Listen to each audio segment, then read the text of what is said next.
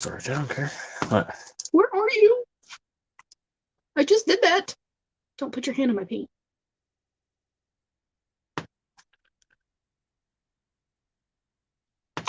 Hey everybody, it's Modern Native. Sorry about that. I actually forgot I clicked go live, but the wife couldn't find me. But hey everybody, it's Modern Native, and we're going to be doing a hangout, carve, and chat, and open panel. So I am going to drop the link for anybody who wants to come up and hang out.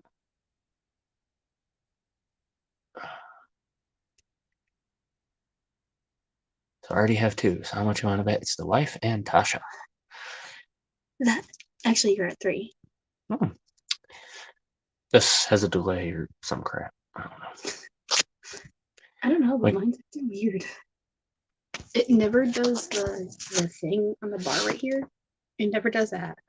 Oh, everything treasure. Hi, Modern Native. Oh. How's it going, everything treasure? Skinny Farms, Bud Biles. Hello, all.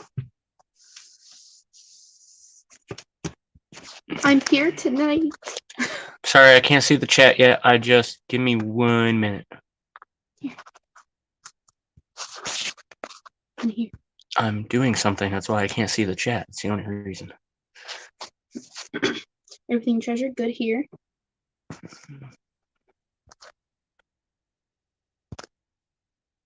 There we go. No. Hey, everybody. Skinner, the Bud Files, everything treasure.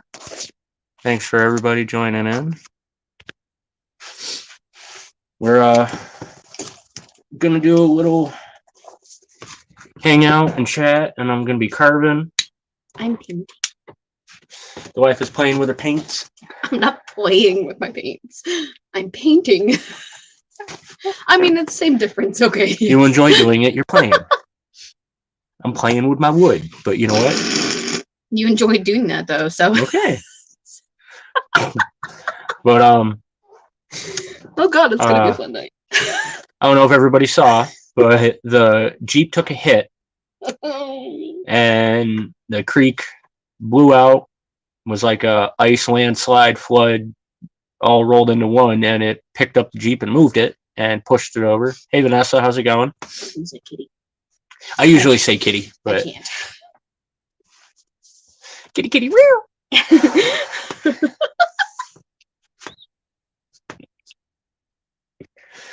But and her playing with your wood. In the safe form that I can put on YouTube. You mean the legal form for YouTube? Can't help it. I got big wood. What can I say? It's gonna be one of those nights. It's gonna be fun. Oh damn. But yeah, the Jeep took a hit, so we got to push a little more on trying to get it fixed up and going. So we're doing the fundraiser again.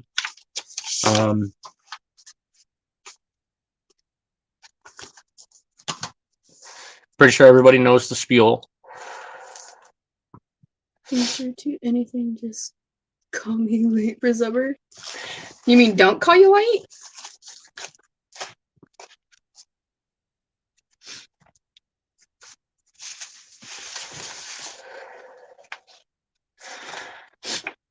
So if you come to the powwow, I'll just be like, hey, you. What?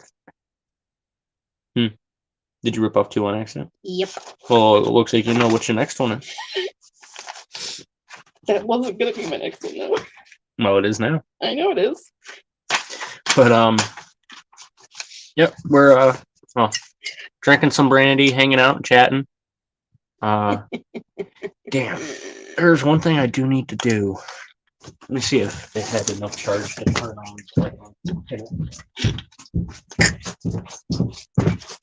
I get pinned comments from here.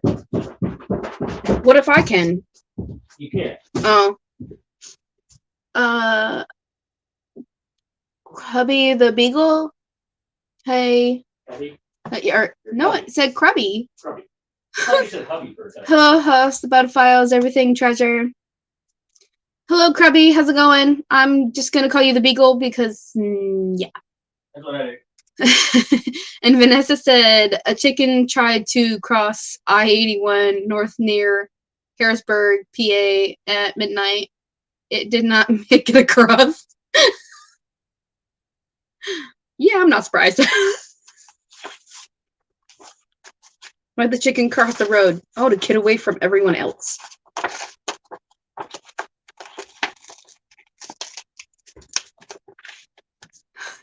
Vanessa said, my right bumper valance is currently lashed to what remains of my rusty truck bumper.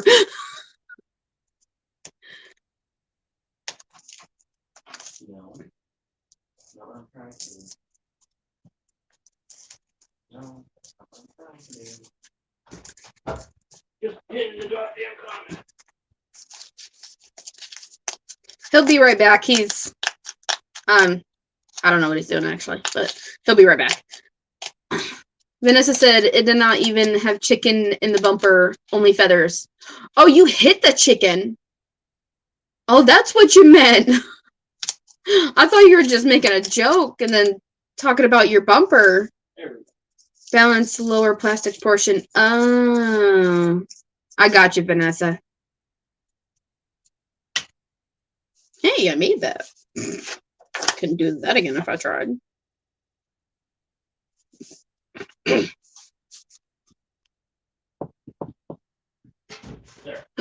We got 9 so far. That's told me. Anyways, I have the hiccups.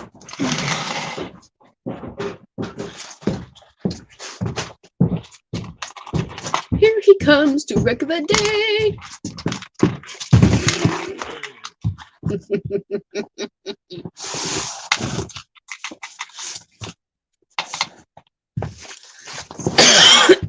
I'm back. Sorry. I had to go down and pin the message.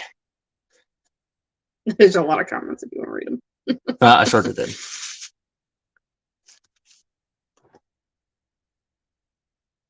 Alien chicken blowing into the interstate that night.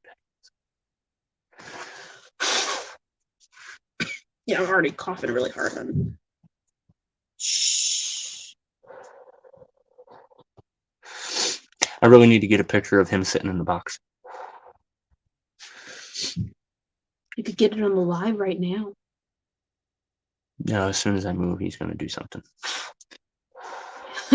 Whenever they see the camera, they're like, no pictures. Oh, wow. That's crazy, Vanessa.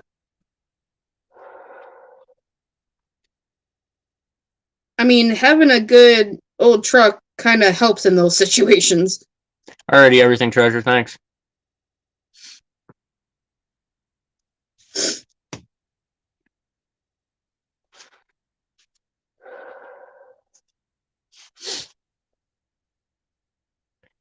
So, like I said, I pinned it to the top. The StreamYard link is at the top if anybody wants to come and hang out.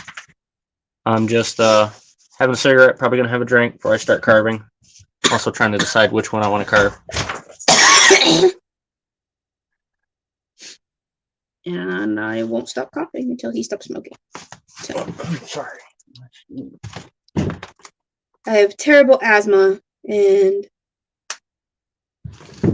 we have now closed off most of the upstairs of the cabin, so things aren't the just smoke venting goes out so just to easily. me. But that helps. Yeah, my little fan of my lantern. Yeah. I'm just going to have it on for a minute while I'm smoking. That's fine. And just turn it on every time I smoke.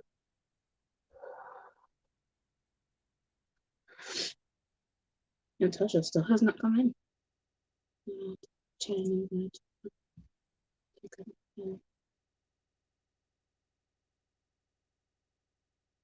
Chattanooga. PA. Ah, couldn't remember where that one was. It's PA.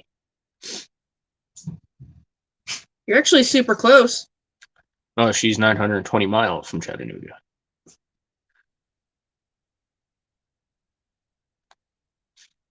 Oh, eek. So you're. So is that? Are you in PA then? I was going to say, was that 920 miles for a one-way that's right. trip? That's Tennessee. Chattanooga is Tennessee. Well, there's a few Chattanoogas, but Yeah, I know.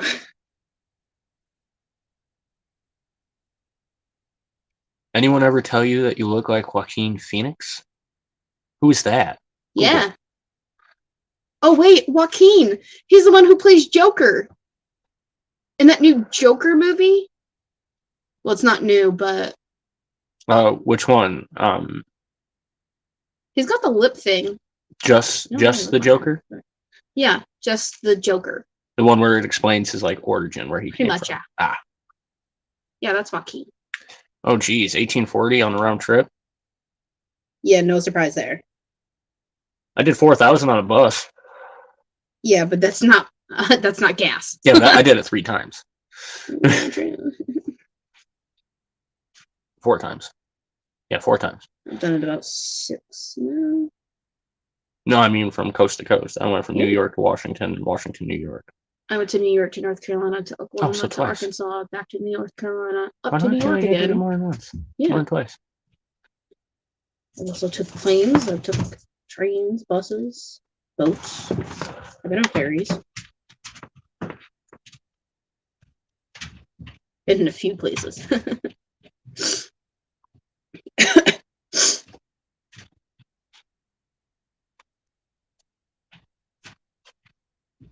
And I'm very mad that I can't sing on camera anymore. Yep, they threw a copyright at us because she sang it too well. Apparently. I didn't even know that I was doing anything. But and I've done covers before. They didn't copyright me for the covers because they couldn't see my face and see that it was me singing. They copyrighted.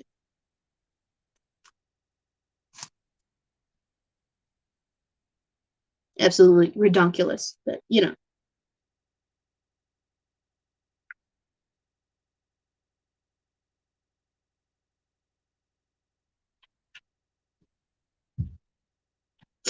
I don't have enough facial hair to look like Joaquin.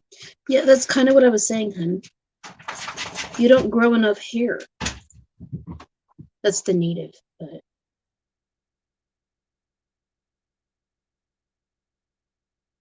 and the lip thing. He has a he has the cleft lip scar. I don't know. He's been in other stuff too. I'm not sure if I look.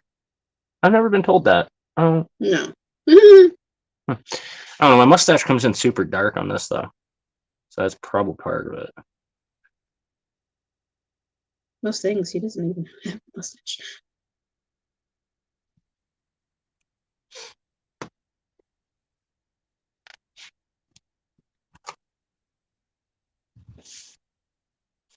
Oh, Vanessa's in Connecticut by the Mass border.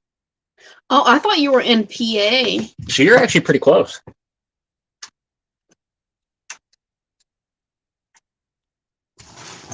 Oh. You put me back on my chat, right? Yeah. Well, it doesn't automatically do it for me. You have to actually do it. I never left the screen. Oh, I didn't know if you. Yeah, I just brought it into the little mini player. Yeah. I didn't know if you did that or not. So what branch of service were you in, Kitty? I said in. I thought you said something else. Sorry. Oh, you said we're in. Yeah, what service were you in? It's not were. She's still in. Well, she was talking about in 85. She was on leave. I doubt she, 20. I was on leave out of Alaska last week. That week. In April of 1985. Oh, that week. Retired. U.S. Air Force. So I was going to say 2 years after I was born. I was going to say, yeah. I was 3 when you retired. From 1980 to 96. 16-year career. It's not bad. I've always wanted to enlist. One thing after another has stopped me. I'm hoping to get my teeth fixed sometime in the near future so I can actually enlist in the Army. Are you in 80 to 96? That was a rough time. That was a rough time to be in the military. Mm-hmm. That would have been Desert Storm. No, that would have been Desert Storm, right? I think so. Don't ask me about history. I only know the things I like about history.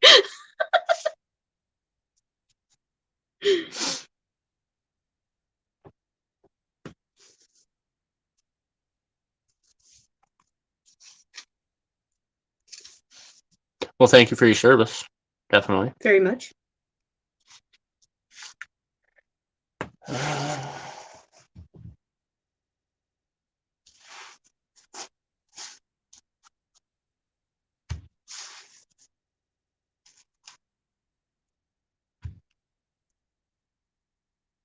Trying to decide which one I want to carve tonight. Mine. Well, I'm still working on mine.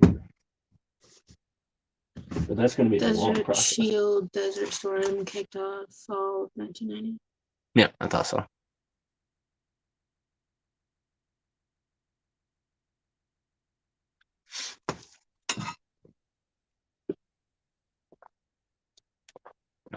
Brick cold coffee. Coffee and brandy. That's a mix. Haven't even taken a shot yet. Slacker.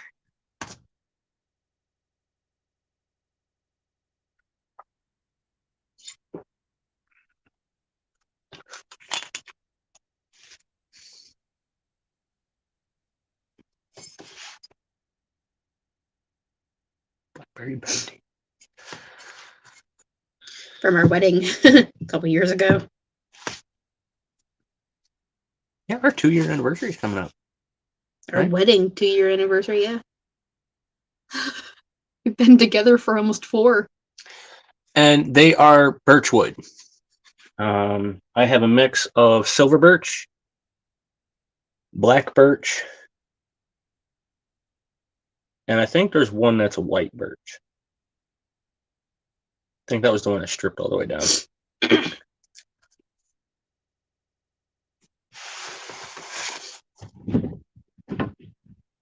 This one.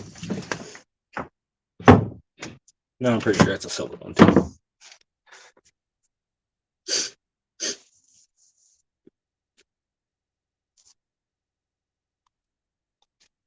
Yeah, I usually drink coffee all day.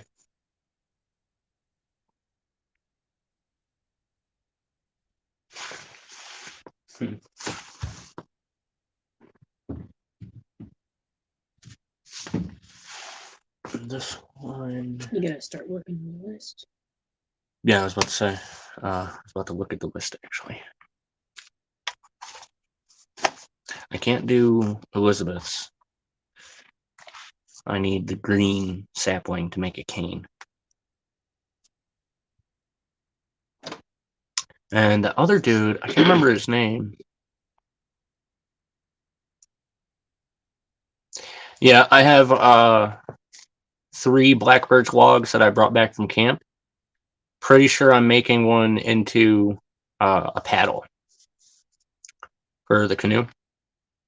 How's it going, squirrel? Doing pretty good. I'm just looking at my donations list to see who I still have to do a stick for. I still don't know if the anonymous guy wants one. He hasn't said anything to me since. I know who you're talking about. He doesn't want it. Doesn't want anything. It was a donation. We said we were gonna make him one anyways. Yeah, I'm gonna make him something. Told him he could suck it. Because we're making it. So I can't do Elizabeth's cane. Not so we can get the rope and stuff. Or the green. I think this Michael was the one that said that he didn't want it either, right? I have no idea. One of the Michaels said they didn't want one.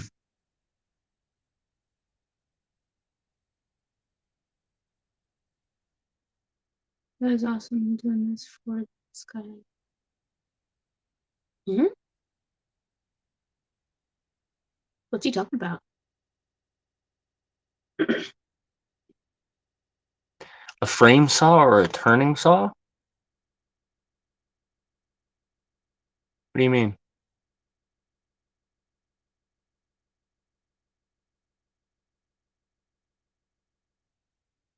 Now a rollator, would that be a walker?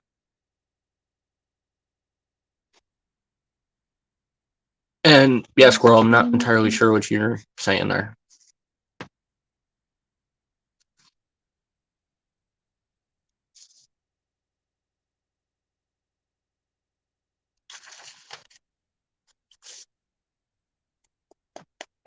I have to go back and watch that live to see what they said.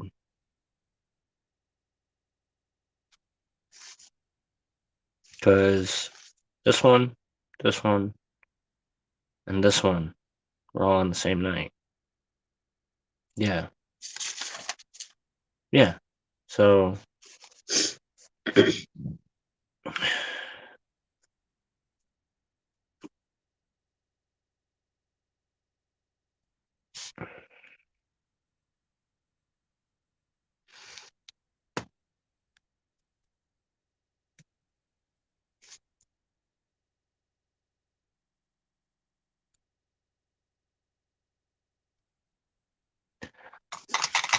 what's going on, Full Blown Country? That's right.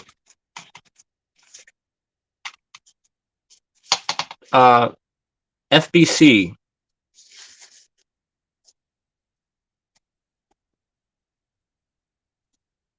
The unknown guy steak you were making before. Oh yeah, he's a well-known guy. He's helped out a lot of people, and he's always in everybody's channels, and he's always helping out. And he gave me a nice donation, and he said he wants to remain anonymous. He doesn't want recognition. He doesn't want anything for it. But I'm still, it's part of my free gift giveaway too. So I want to give it to him.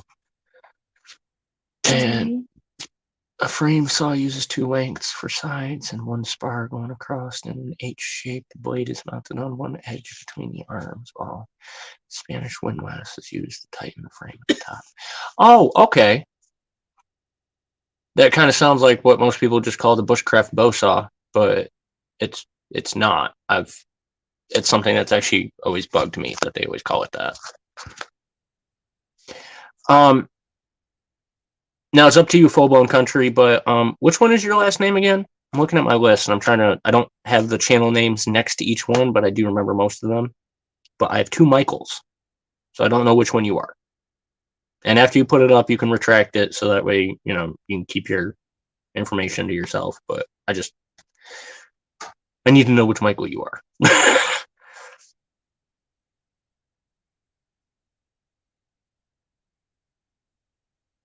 I want some ice cream. And yeah, the river calmed down, but it froze again, so it might actually happen again, unfortunately. Ross. Okay, yep. Yeah. Okay. I see you.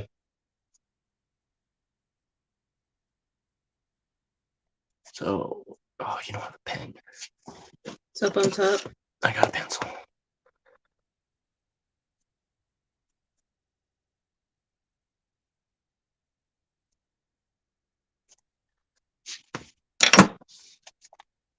What's going on, 351 Cleveland?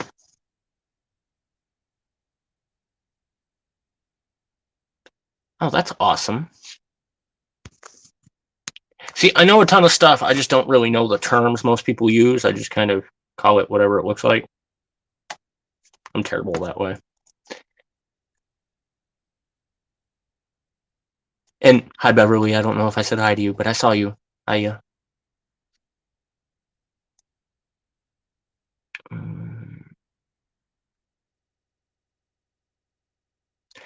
So, Full Blown Country. Awesome. Always got to be pumping them out, bro. Full Blown Country. How tall were you? And did you want your stick shorter or taller than you? I was gonna go back and watch everything, but you're here, so it's easier to just ask you.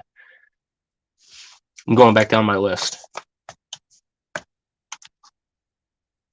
I have 1, 2, 3, maybe 4 that I have to do.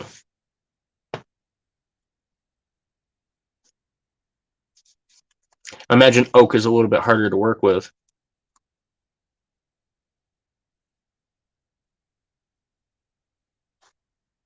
What?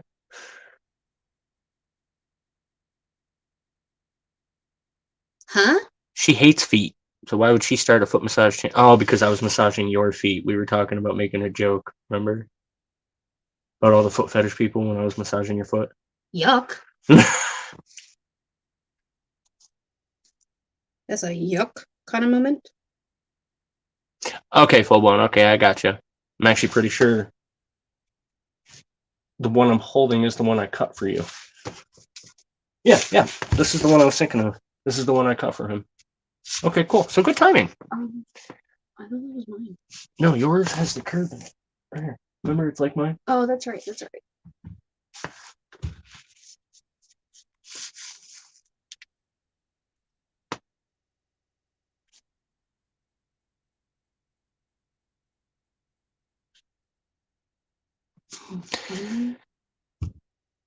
Finally. Nice to meet you too, Vanessa. We've met more than a couple times now. I'm always in here. And that's good, Squirrel. I haven't gotten out yet because other than hey Elizabeth, I was just talking about you. See, you talk about someone and they show up. I haven't gotten work on your cane yet because the way the weather's been, I have to go out and cut a new green stick so that way I can bend it for you so it can be a nice cane. And Squirrel, I haven't gotten out yet to do any fishing or magnet fishing or anything else because it's just been the weather the way it's been. And when the creek was, not frozen, it was going to sweep anything away.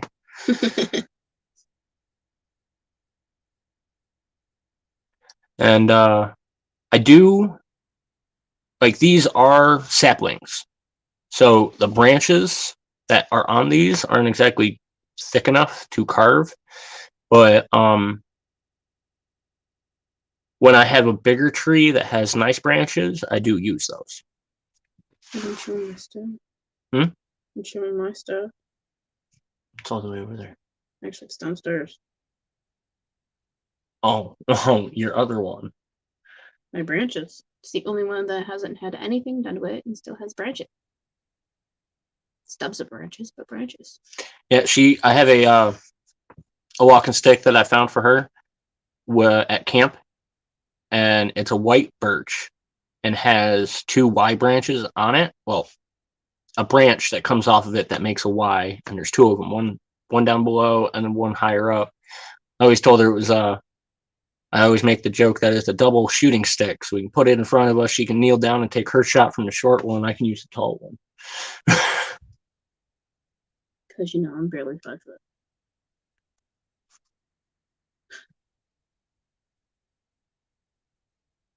And Elizabeth, I actually do want to make the cane for you. I need to make more canes and get more into it, so I definitely want to make a cane for you.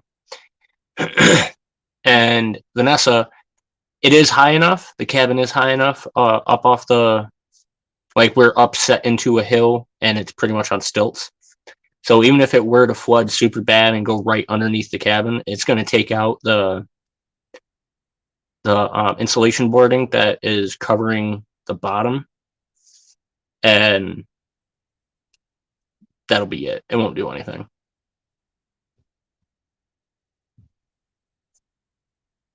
Rocky Mountain Life Prospecting. And yes, Rob, I keep meaning to take pictures and send it to you, but I always forget until it's later at night and it's dark. So my bad. And Laura, I'm not sure why you're saying sorry. No reason. Yeah. And Maybe because of the foot thing, but no big deal. Yeah. I just don't like feet. And my feet are the only feet you've ever touched, and you haven't touched them in like a year. Because I don't touch feet. And my feet are rotten. And I barely ever touch my own. Still don't washing them. Putting on socks. But yeah.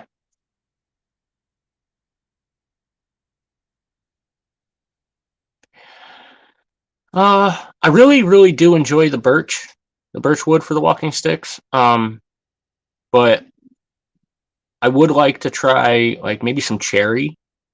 My mom had a cherry cane when I was growing up, and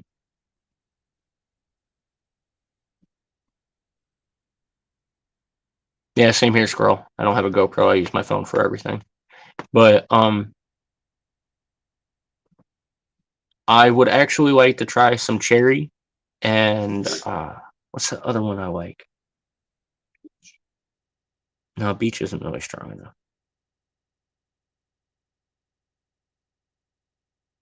Maybe some maple.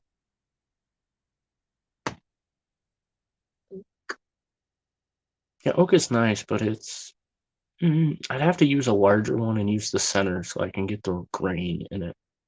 That's what's nice about use oak. the hardwood.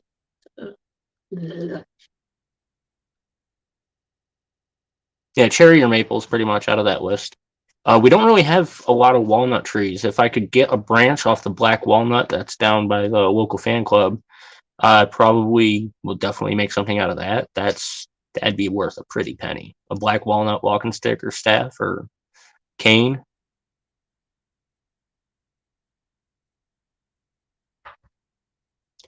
Well, I have done.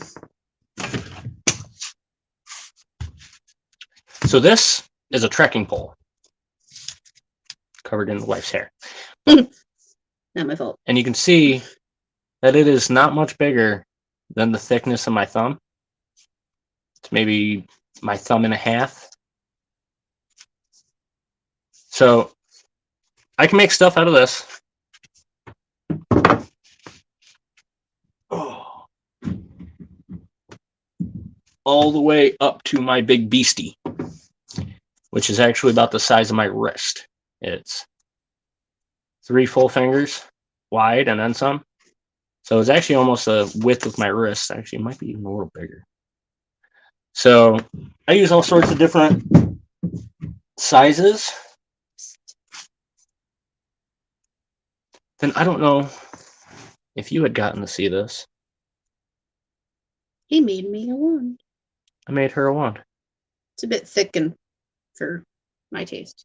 Yeah, she would have liked it to be smaller, but I was starting to get worried about cutting it any smaller and having it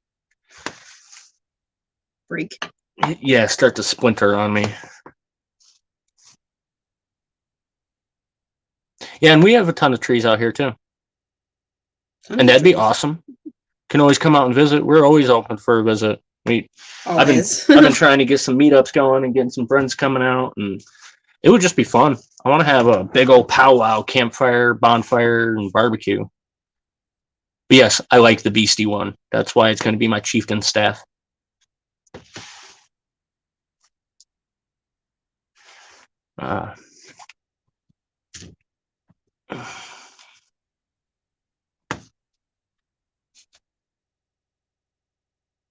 But yeah, we're still doing the fundraiser because obviously had a little bit of a setback with the wall of ice crashing into the Jeep and moving it. Have not been able to assess the damage yet because I still need to get gas. I need to get a can of gas up here to fill up the Jeep so that way I can actually turn it on and move it. And because, we live in New York, gas prices are just killer. Man, that thing would put a knot on somebody's head. They would have to tiptoe to scratch. It's funny.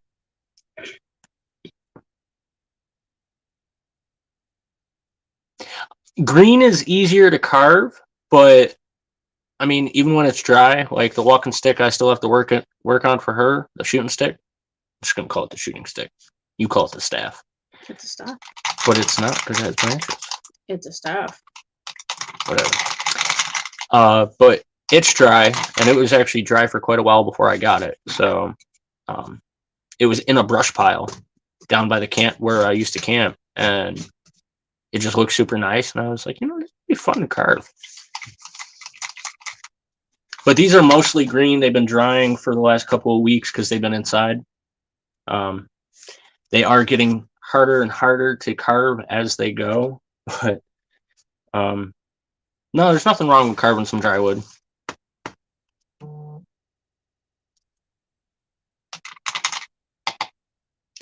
Where are you, Tasha? You're texting, but you're not watching me.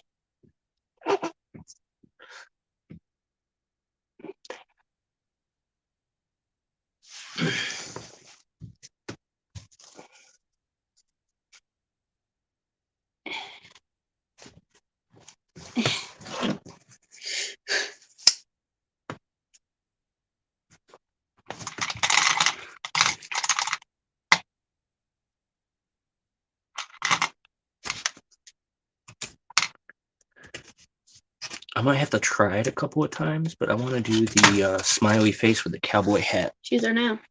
emoji that he always puts on. Slacker. Hi, Oh, that's awesome. I want to do some of those. I do love those. The folding bush chairs, pretty much. Yeah. I'm going to make a tall version that's going to be like the lounge moon chair kind of style. And I'm going to have one of the skins as the fabric that you sit in.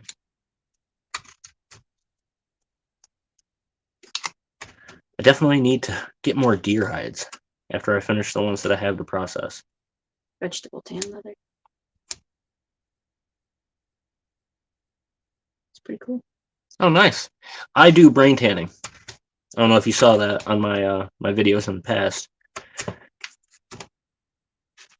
But I do the traditional brain tanning method. It still irritates me that he said that that wasn't leather work, that wasn't actually tanning. Who said that? That's the original tanning method on Canterbury.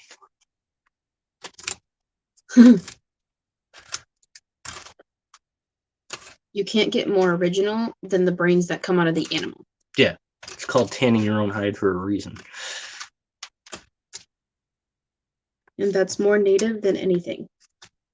That is the native way. The way my people did it, the way your peoples did it. Say peoples because you're like four tribes. I still thought that was so funny. Someone was like, "Oh, I didn't know you could be from more than one." Yes. Are you kidding me? Obviously. It's called my heritage. It's not, I'm not like pledged. It's not like you got put in a gang. Yeah. Yeah.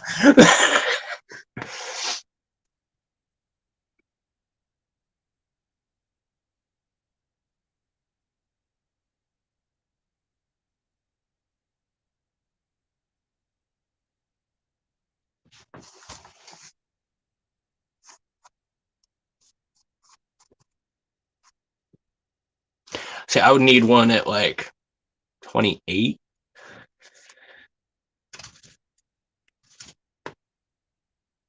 $32. From foot to knee. But I sit a little shorter. You should do it right to here. Mid-thigh. I'm saying.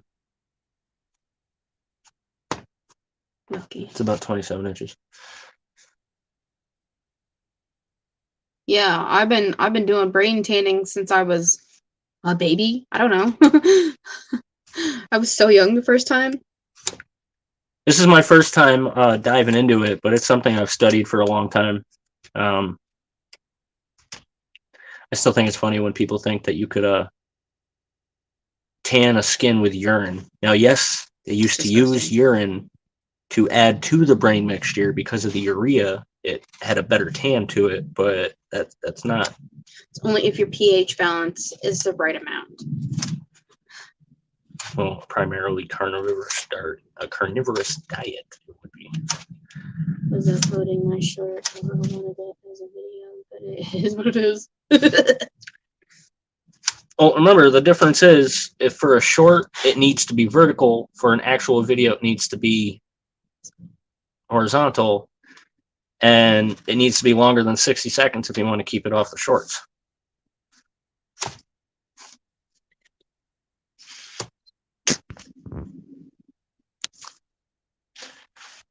Wow, Vanessa is 6'3". Yeah, I seen that. I feel even shorter now. I was gonna say I feel short to that. What are you talking about? She's got like Hiya, Homestead. 5 inches on me. How's it going, Reclaim? And Tasha, yeah, I know.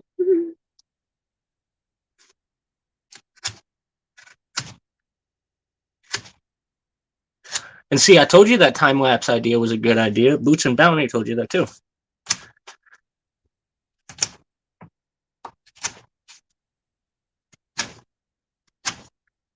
Oh, but what I was saying earlier, I think I'm gonna have to practice it at least once. But I want to try to do the cowboy hat smiley face emoji. He uses it all the time. So, full blown country.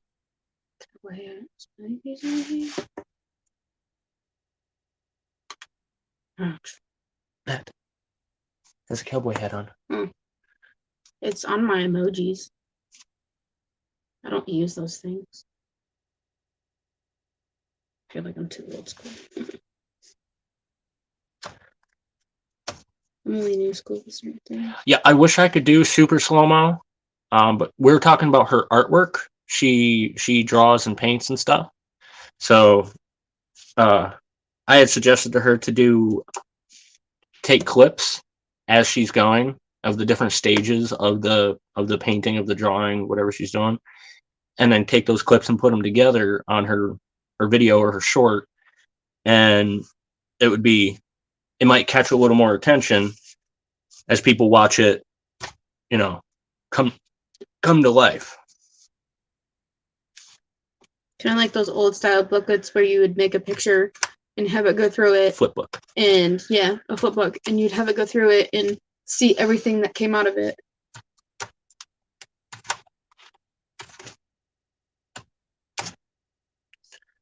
I used to like making flip books. Me too. I Although did at school. Mine got sadistic as they went. Mine got naughty. That too.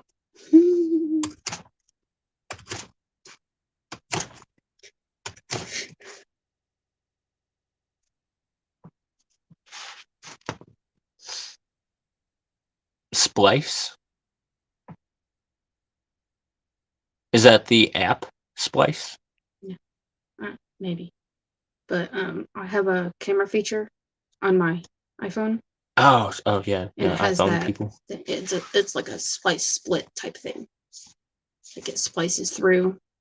So you show everything, it downsizes it, and it does clips. This is very naughty.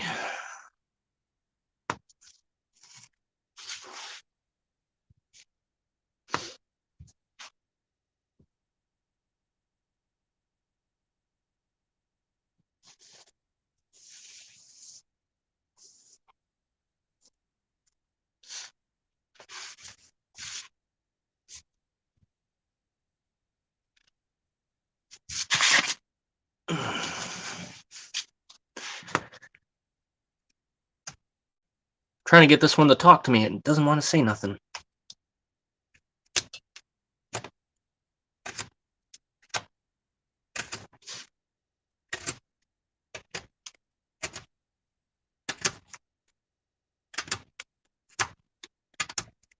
Wish I knew you a little better, Mike.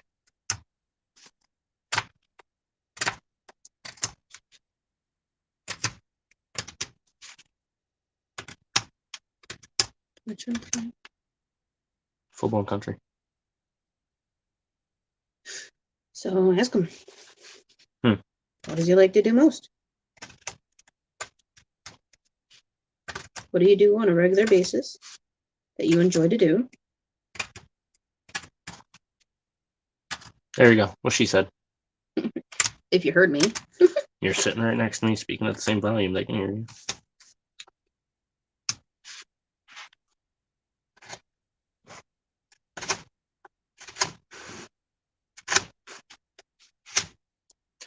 Like, to give you an example, my buddy Swamp Rat, pretty sure this is his.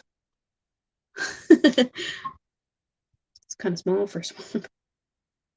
Remember, I was giving him pretty much the swamp checker. Oh, yep. That was longer than. Can't remember, was that one or this one? No, it's this one because I was going to do this orange. It didn't leave enough of the underbark, so it's not going to go orange itself. So I'm going to have to make it orange. But it's so that way he knows first 6 inches, he's still relatively safe. Yeah. And then if it ends up sinking to here, he's in the red. I remembered. So the swamp rat, he Alaskans on the fly. How's it going? The swamp rat, he, it's in his name. He's in Florida. He's in the swamps. He's going out trudging through the woods and going through swampy lands and stuff like that. So I made him a trekking pole, but because he's always using his camera or he's got his metal detector or his magnet with him, I just made him a single trekking pole. And it's like the first 6 inches here ish. If that sinks into the ground, it's, he knows it's soft. But if it sinks to here and goes up to this line, I'm going to paint this like orange or red or something. If it sinks to this point, he knows he can't step there. So that way he could do like a ground check as he goes forwards. That was just my idea for that. Just kind of using his personality and stuff. Rocky Mountain Life Prospecting, he does his search and rescue and his, I'm pretty sure he said guided hikes and stuff like that. So everything treasure, I am back. I'll be back. But Rocky Mountain Life Prospecting, his staff, his walking stick is sturdier, and I made the bottom so that way either he, the swamp rat, or I can forge a ice sleeve so that way you can have an ice cleat on the end of it. And things like that. His woman really likes their animals, so I put paw prints on the way up. That was actually his suggestion. It's just those little personalized details that I like to add. So I don't know if Full-Blown Country is even still hanging out. Drastically just dropped to 6 out of nowhere. It was at 12 a second ago. But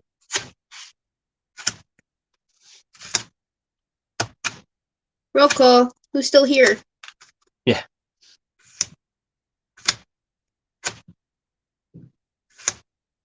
Had a big drop, so we want to find out who's still here. Hey, Frontier. How's it going, Heath? What's going on, Heath? How you doing?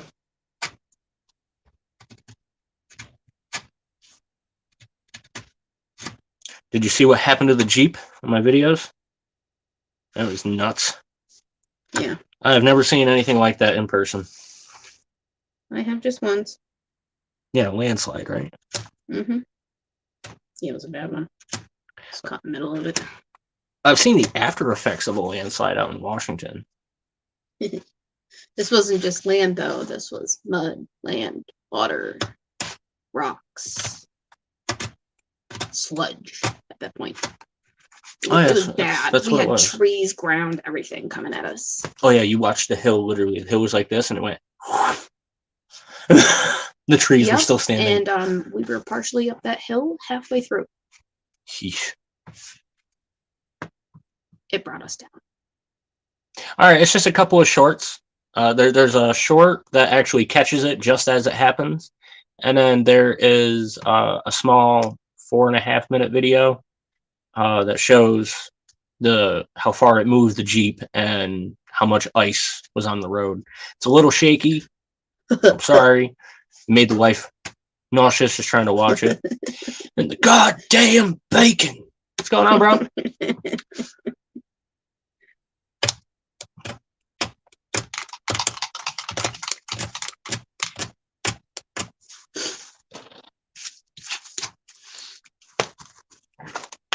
Still doing the fundraiser. Had a little bit of a setback because Mother Nature. All right, thanks, Heath. Mother Nature threw us a curveball, and yeah, so now we're dealing with that. MB Heritage Farms, how's it going? And the link is up at the top if anybody wants to hang out. Sometimes it feels like people don't like hanging out at my piano. It's probably me. No, they just know I got cooties. Cuties. Because you're a cutie. Does that make sense? Yeah. All the cuties had cooties.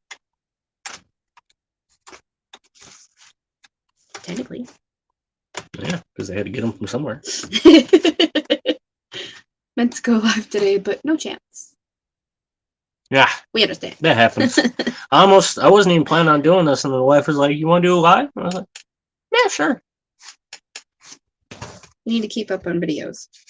Yeah, and I'm not huge on the lives. I like to do my videos and my shorts more than I like the lives because this gives me watch hours, but the videos and the shorts give me subscribers and interaction. I don't get many comments on the replays, even though I do leave a replay code word. So far, Every time. Tasha is determined to be the only one that gets that.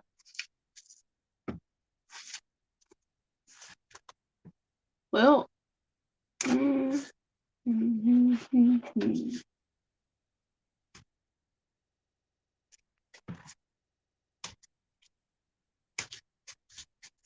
don't think I've had anybody else do the code word yet. Maybe once. I don't do it. Oh, yeah. Full Blown Country cheated. You were in the live and then you jumped onto it after it ended. Mm-hmm. Threw the code word down at the bottom. Mm-hmm. Cheater. That also doesn't count.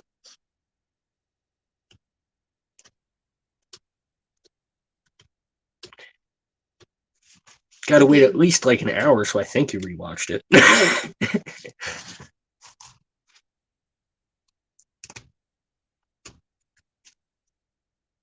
I want to sing so bad. It's killing me. I'm sorry, I know. So yeah, apparently the wife sang too well last time, and I got a copyright claim. Even though it was a cappella and there was no music at all, because she had it in her headphones. But they hit me with the copyright strike. Well, claim. It wasn't a strike.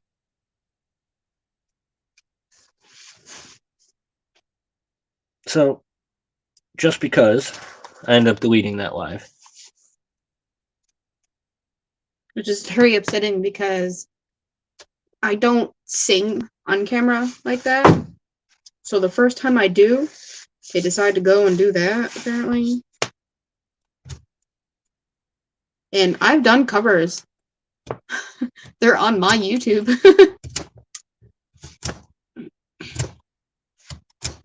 I do not promote my YouTube, no.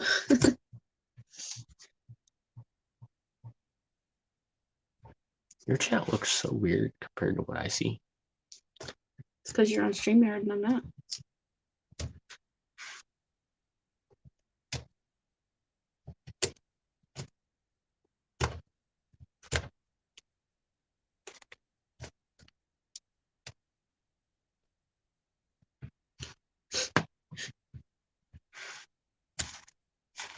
I've been trying to keep an eye on the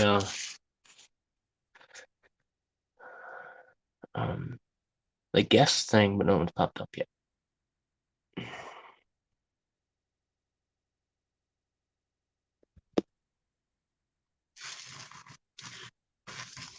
And Tasha, why don't you come up and show everyone your new hair?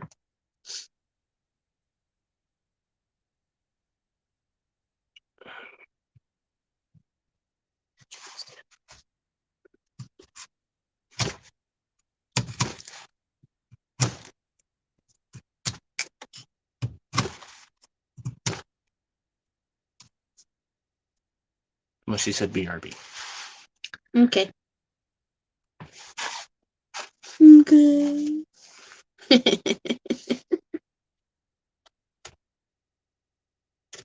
Anyone who gets that reference, we should be friends. Because everyone's going to think it's one reference, but it's not. Noise! Avid fisherman. He just popped up, or he or she. popped up on my thing on my YouTube. Oh, on your notifications. Yeah, I think he's gone live or uploaded a video. I have so many notifications on right now. It's killing me. It's funny. Avid doesn't give me a notification. That's weird. I didn't even think I was subscribed. To be honest, I'm super bad with subscriptions because that whole thing. You have to go and watch things. I only watch certain things on YouTube. I'm very picky with many things, including that. I mean, as I said before, it'll actually hurt a channel more if they do the whole just get everybody to subscribe to them and everything, because they can't get a demographic.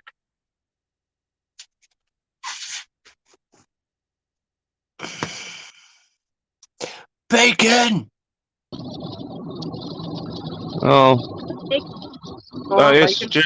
It's generally a bad idea to have me on any show that you want to do well, but yet here I am. How you doing? Why? Because you got a filthy mouth? Yeah, me too. Welcome to the world of adult. Nah, just have me anywhere in general. Hey, Seems fine to me. I swear people run away from me. I hop up on someone's channel and you can literally watch the numbers drop drastically. It's honestly really true. It's kind of. So everybody's doing okay? Huh? I see everybody's doing okay. Yeah, we're all right. The Jeep is a little worse for wear, but Yeah. it's just a little bit of a setback. Oh, I see. Yeah, I guess it's the same for all of us. I'm on the road still. I am on the road still, though. Even though somebody tried to change that just last week. I don't know if you heard, but on my way home last night or last week, somebody decided to throw a large rock through my driver's side window. Yeah, you told me about that, and it hit you in the shoulder, and it messed you up. How you doing? Oh yeah. And my arm's still blue, but I'm okay. Now on my second window. Hopefully I won't have to get a third. It's Washington. You probably will. Yeah. It's not the crazies throwing rocks at you. It's the dump trucks. What's that? If it's not the crazies throwing rocks at you, it's the dump trucks. Could be. Although there wasn't one on the road at the time. Well, no, I'm saying when I was out in Washington, I used to see it all the time. The dump trucks running down the throughway without a cover on the load, and they would just hit a bump wrong. You see some rocks come out, and the person behind them has to slam on the brakes to back up and get away from them. They're just not on top of them covering their load. So I've seen a lot of people losing windshields because of it. Hey, from.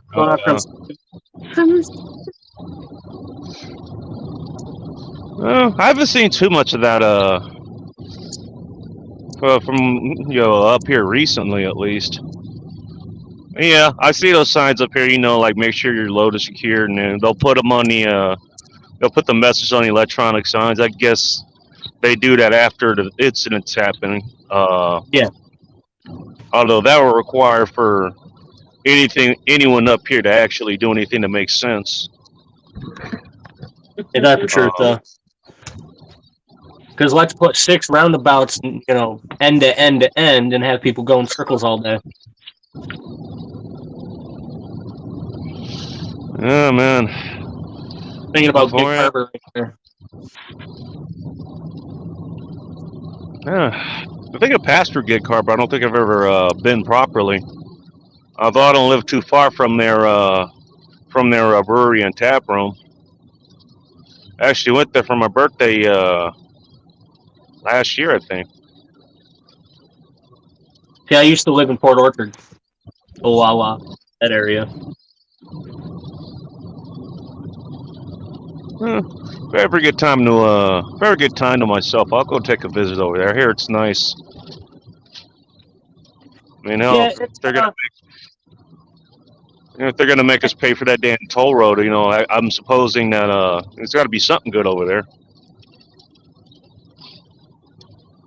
I'm sorry, you were saying something?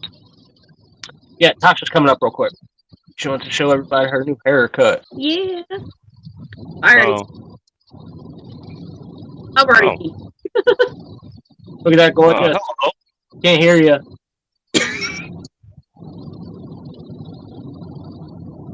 There's still no volume. Turn up your phone. Can you hear me now? Yes, I can. You're a little skippy, Yep. but I can. Yeah, my mic is, or my headset is kind of crappy. Hey, did the mic come in yet? Yeah, it's in my car. Oh, okay. Why aren't you coming up tomorrow?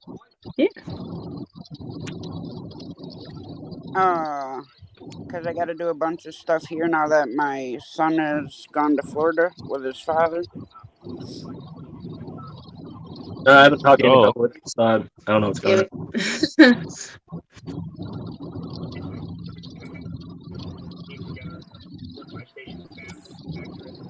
Your YouTube is still on.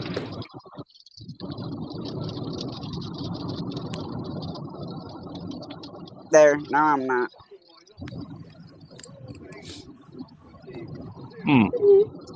I gotta Had to figure out how to do those settings. Again, what do you use when you're a streamer? Is it are you on a laptop or are you on a phone? What are you using? I'm a phone. Phone. I use a phone for everything. Oh, okay. Huh.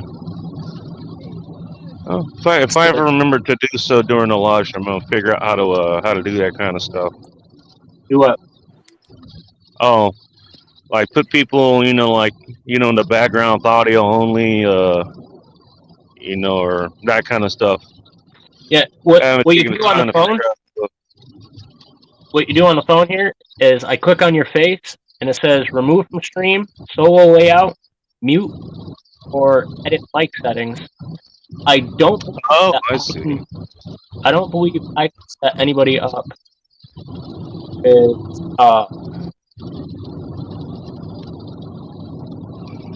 like I can Ooh. edit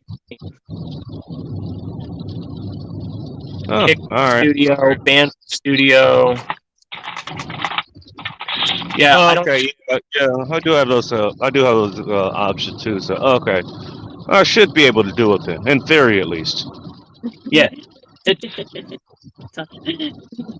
To me. Adorable. Probably help if I'm sober for my show too. But well, no, that's not gonna happen. I'm not exactly sober right now. Yeah. Blackberry flavored. Oh, Brandy. It's been a long time since I've had brandy. From our wedding. We had this as our first drink after our wedding ceremony. Oh my! Almost 2 years now. Would you like to hear a brandy story? Sure. As long as it's not about any girl named Brandy. This is not about a girl named Wichita. Brandy, famous or otherwise. Yeah, so I used to go to party rides, which they're essentially they're essentially drunken parties on bicycles. They're a lot of fun. It gave me actually something to do when I still lived in the LA area. So I like to go out there, drink all that kind of stuff, and I also happen to be extremely poor, not just regular poor like I am now. Pretty my level poor. So, yeah, exactly. So what I decided to get, just bang for your buck was It was a bottle of Christian Brothers. Yeah. Ooh. I figured, hey, that'd be enough to get me through the night, and it did. Oh, it did, all right. Oh, it did. It was Yeah. funny. Yeah, it'll mess your ass up. I ended up getting to the meeting spot too late because I got held up at the line. And so for like the second, maybe third time, I basically had to kind of guess where they were going. Ask people like, "Hey, did you see a bunch of drunken idiots on bikes go?" Like, "Oh yeah, they went this way." Okay. I eventually, I eventually ended up catching up to them. And riding spicy to begin with, so it wasn't too difficult. It was one of those rides where they were going to like they're looking at art collections and stuff like that. Um, you know, we eventually end up back at one of the co-ops. Where basically you pay an hourly. You basically pay to rent their space and their tools and stuff, but you basically essentially work on your own bike. It's kind of how that works. Oh, that's By cool. the time I end up getting there, I've got maybe 3 shots left in that bottle, and I given exactly two people a swig. So I damn near drank the entire bottle. Let's just say I was doing just fine the entire time. I wasn't stumbling on lane or anything. I wasn't. You know, like I wasn't visibly hammered. I was drunk, but I wasn't hammered. Like, okay, that's fine, whatever. So about 3 o'clock, I start heading for home. I'm about 10 miles away or so, which I already had to do 10, 15 miles to get there. I had to do that for every ride because I don't know if you do this. Nobody likes to. I ended up finding out the hard way. Nobody likes to go to a bike ride. Bike ride in Inglewood. Well, here's what I discovered that night. Would you like to know what I discovered about brandy? Hmm. Is that it doesn't hit you until way, way, way later. And when did the brandy actually finally hit me in my ass? It hit me on my final mile home. I was going through one of my kind of shortcuts, back in Castro Park. Yeah, that's what it hit me. Curved around too many times and started feeling that wobble. Oh, not only that, there's a shortcut where basically you kind of cut through this park or whatever, and you go through the small path, and there's kind of like an area where they were supposed to put down, they were supposed to put out concrete or asphalt or something, and they never did. They probably still haven't. And usually I'm able to hop over that. Yeah, this time I didn't quite make it. Sounds like wonderful. I was fine. My bike was okay enough for me to, finish the other mile home without having to adjust my true settings or anything like that. That's basically aligning the bike tire. Yeah, it didn't take me long to get to sleep that night. I remember that. Oh yeah, I bet. Oh, yeah, there you go. There's a little lesson for you. Okay. Careful with the brandy. Oh, and Jack Daniels too. By the way. Love me some Jack. I don't do well on whiskey. I do whiskey. Really? No, I know it's a cliche, but I get very punchy when it comes to whiskey. Whoever I'm around, I want to spar. Want to spar? You want a body box? You want to spar? That's literally not exaggerating. That's exactly how he is in whiskey. Any kind of whiskey. Yeah. Started an actual fight with the neighbor because he didn't understand that I wanted to spar and play fight, and he wanted to street fight, so he socked me in the face a couple of times. Yeah. Ooh. So my rule is when we're body boxing or sparring, Below the neck and above the belt is safe. You go beyond that, it's blackout or tap out. It's your choice. Yeah, we had a we had a similar we had a similar policy at my old school. So hey, keep your punches out of each other's faces, but hey, you get what you give. Anyway, so if it happens, it's hands free. It's like Oh, I used to have games. like not a fight ring, but pretty much a fight ring with my boys. I had a group of friends, coworkers, and guys that I knew from school. And this is after we were all at school and everything else. We're 20. The youngest of us was 19. The oldest was 23. I was 21 at the time, 22.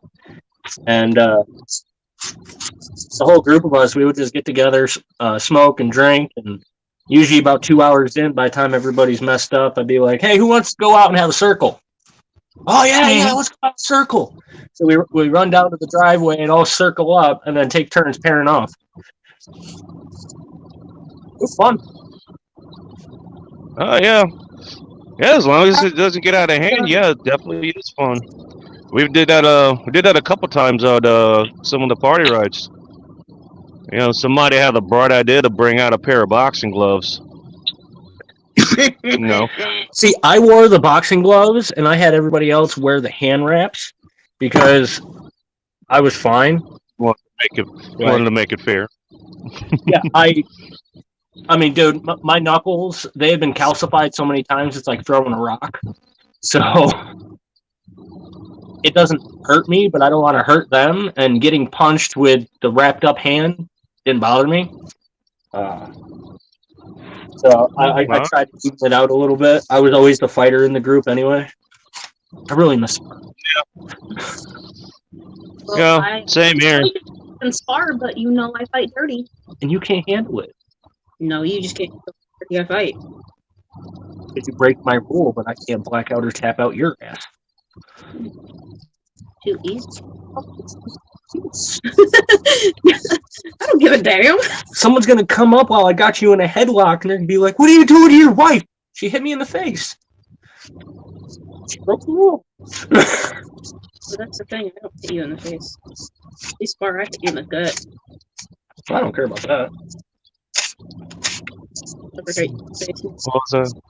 What was that saying again? All is fair in love and war, or something like that. Yeah. So what happens when both are mixed?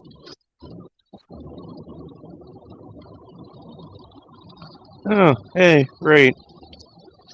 Half the people out here think it's a great idea to have their high beams on now. Well, that can possibly go wrong. Especially with those freaking LEDs that everybody rocks out there. What's going on, Pat?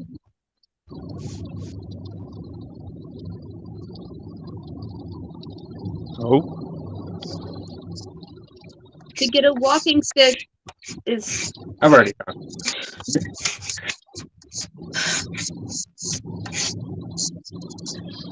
I don't know if you do disclaimers, but I'll go ahead and do one for you. These walking sticks are intended to be used for walking and hiking purposes only. Yeah, and the modern native does not take any responsibility for the actions of these walking sticks after they leave his hands. There you go. You might want to clip that out and keep it safe just in case. Yeah. Pretty much. Because I mean, if you hear of any, just me asking for a friend, but any encampments off the freeway, let's just say maybe a couple miles south of Seattle proper, if one of those ends up on the news because it was burned down or something. I know nothing. Because it's something like it's like, what is this meant to be used for? Yes, little baton. My bad. This isn't anything but the GTFO stick. And that's exactly what I'm going to write on the top of it. That's my bad. There you go. Stick. Oh, and I do make Oh, some of man. these with the intent, with the forethought that they're self-defense sticks. I do. If I may ask, what material are you working with when you're making these sticks? I mean, I can guess there's wood, but I'm just wondering if it was like a specific kind of wood or, Birch wood. you know. Oh, okay. Birch is one of the easiest to work with when you want to make walking sticks because A, the bark is waterproof. So literally, you could just take a sapling, cut it, like coat the ends of it, and there you go. You have a waterproof walking stick. Oh, okay. It's a soft wood, which makes it easy to carve, but the grain is tight enough that when it dries, it still has the same sturdy properties as a hardwood. Okay. Interesting. There we go. I actually learned something today. Drink. Oh. Oh. Your drink came through like squeaks, like somebody was cleaning off like a screen or something.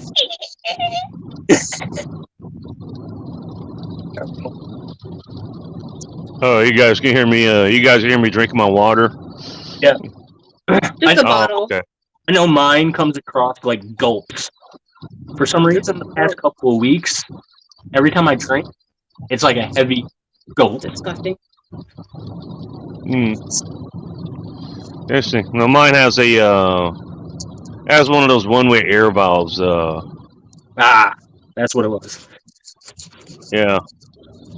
Yeah, I decided after I broke my my quote-unquote hardened plastic bottle, I just go ahead and get an aluminum one instead. And see how long this one lasts.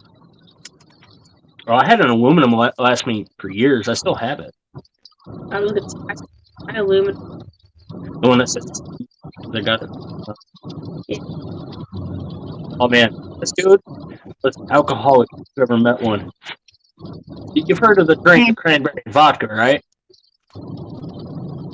Oh yeah, it was the first mixed drink I ever made. Well, see, if you were to describe his would be vodka and cranberry.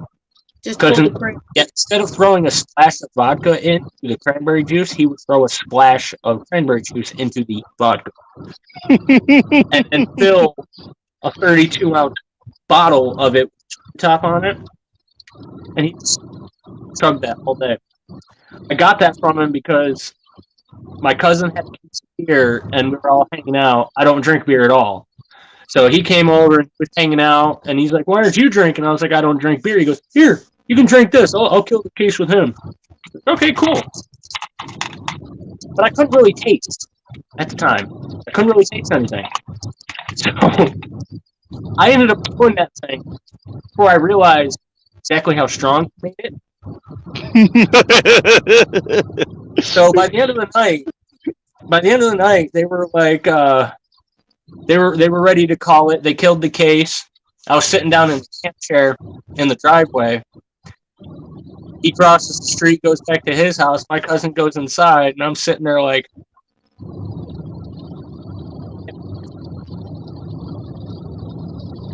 what I went kind to of go try to stand up, and a head spin hit, and I threw up, and I was like, "Oh my god! Oh, what did he do to me?" I finally go back inside, and my cousin was like, "So you figured out that his shit was strong?" I was like, "Yeah, yeah, that shit was strong." Had the first a hand? bottle of vodka in it. Oh, that sounds about right. Oh shit, that's crazy. Man, I haven't had to spins in a long time, dude. Oh, I wasn't drinking that much at the time, like that regularly. So just out of nowhere, drinking all that in a very short period of time because it was iced, so I really didn't taste it.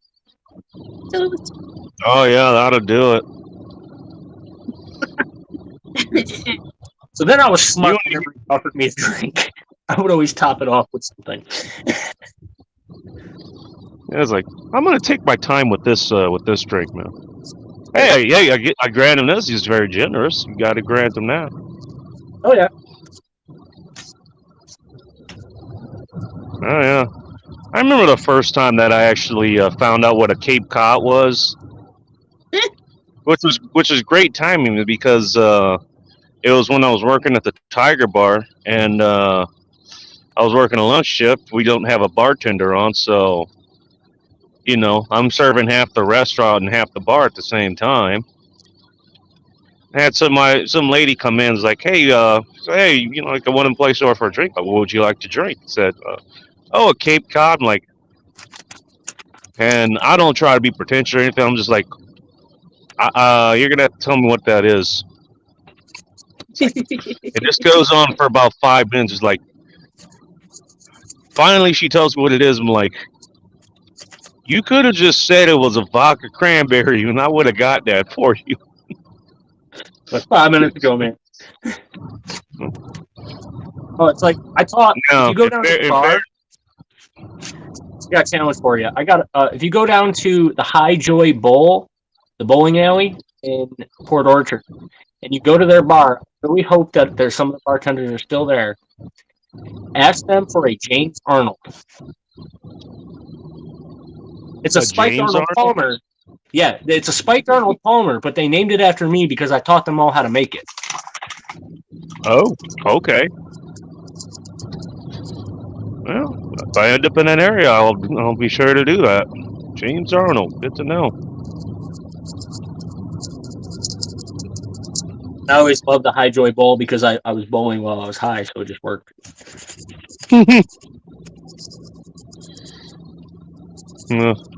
I was never really good at bowling or pretty much any damn sport, honestly.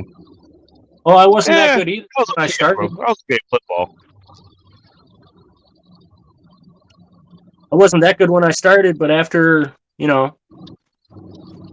see, for 14 months straight, I bowled every Friday for 2 hours during the Rock and Bowl. I bowled 3 times during the week. So much so that they reserved my lane for me for a month after I moved. Wow. Yeah, they were so used to me being there that they didn't sell my lane to anybody until they finally called me. They're like, "Hey, man, I haven't seen you here in a couple of weeks. Where are you?" I was like, "Oh, man, I moved. I'm in New York." They're like, "Man, we've still been holding your lane for you every Friday." I was like, "My bad." Damn, that's cool. You didn't have like a going away party there or anything? Like, was it a sudden move? What happened? Yeah, it was sudden. Oh, I had a bad relationship and it ended very badly. oh, I see. Came back out here to be with family.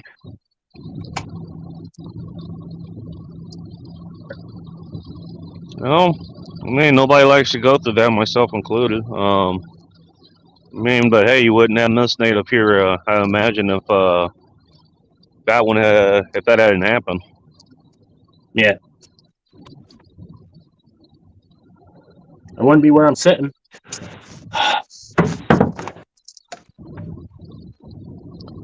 Yeah. Same with me. I would be living where I'm living now. And for the most part, it's a better place. Well, at least I don't have to worry about anybody kicking my door in anymore. I'd like to see a motherfucker try to kick my door in. If someone tried to break into here, it would look like diced meat by the time the cops showed up. Oh. Yeah, I don't know.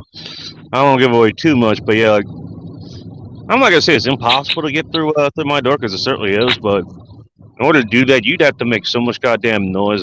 There's no way I wouldn't be able to hear it. Although I don't exactly live in a palatial estate anyway, so I could hear just about anything going on. Well, I mean, between the dogs and the many knives and swords, hatchets and axes and hammers, flying tomahawks. I have so many things in reach at this very point in time. I mean, I've got My my hatchet's right here. I suppose. I always say like my my go-to home defense method is just to take one of my 50-pound dumbbells and just throw it down the stairs and say catch. Pretty much. Hey, That's a good let's plan see to how have. let's see how well your level 4 body armor deals with that. Mr. Boots and Bounty. How's it going, Mr. Boots? Mr. Boots and Bounty. How does that name sound familiar? He does the Boots and Bounty Homestead is his like original main channel, and then Mr. Oh. Boots and Bounty is his second channel where he does the growth and the Q&A and the help desk to help people figure out how to do YouTube. Oh, okay.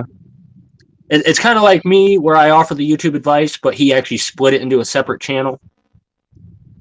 I just kind of everything on this channel. You have another channel, it's just not. I have 2 other channels. I was going to say. I'm actually getting ready to make my 4th channel, actually. No. Doing anything different? Different on them? Yep. The backups.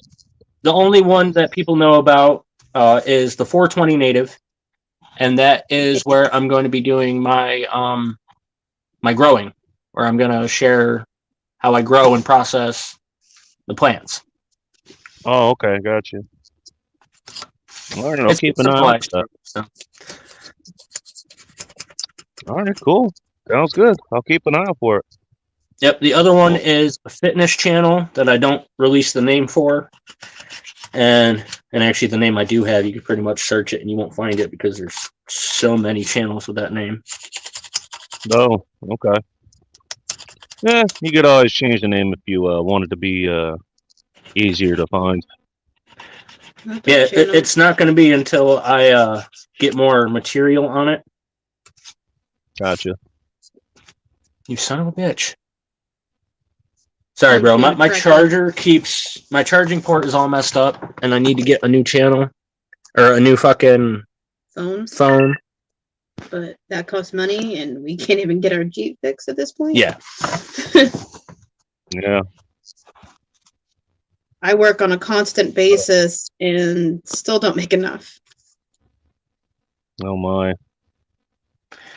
Yeah, her job screwed her over. So now she's trying to get a new one.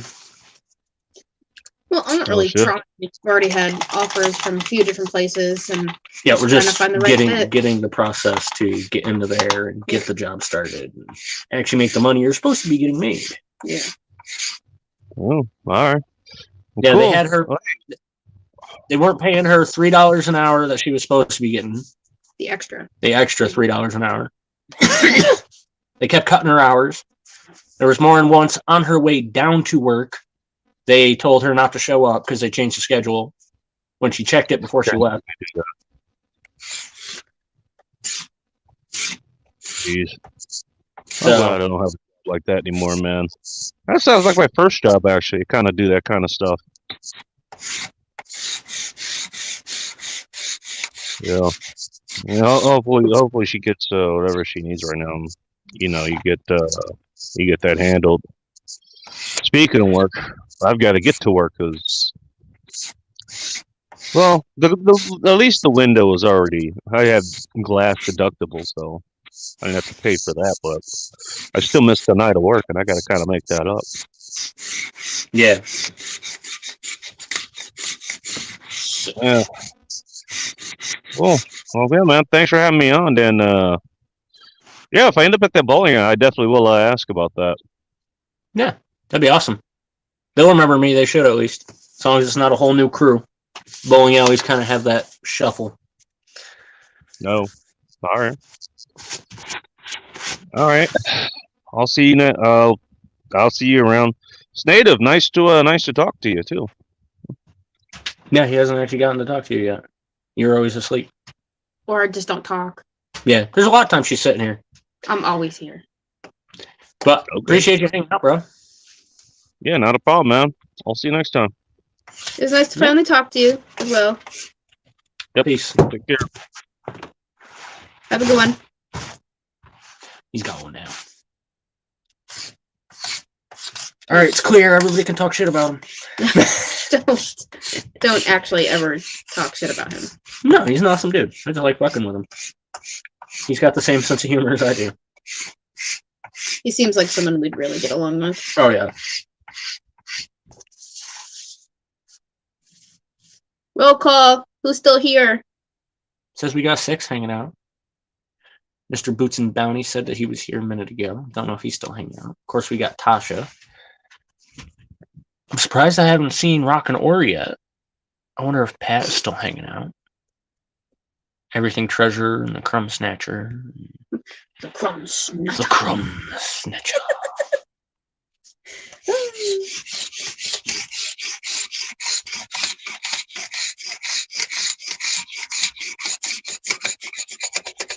Actually loved helping him pick out his name. Yeah, that was fun. And I'm happy he likes it, and everybody seems to like it. Everyone loves his name. And Mr. Boots, if you want to come up, you can click the link. Haven't had you on my channel yet. We're doing our fundraiser, trying to raise money for the Jeep, but it's kind of just an open chat, kind of whatever anybody wants to talk about kind of thing. As you could probably hear. Yeah. I mean, as I said, you and I kind of have similar channels. Yours is obviously broken up into 2 different channels, but the concept is there. I'm liking how this one's coming out. I like how this is coming out. Oh, that's super pretty. I haven't even looked up yet. I haven't looked up really. I've just been painting.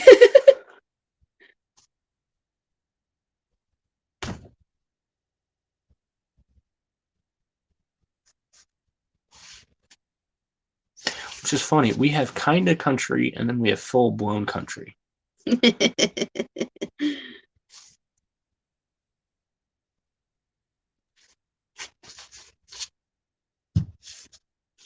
almost started singing. Not allowed. It was a country song. Couldn't help it.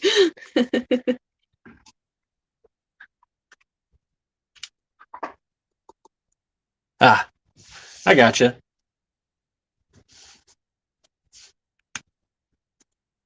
I haven't used Canva yet. Don't even know if I will.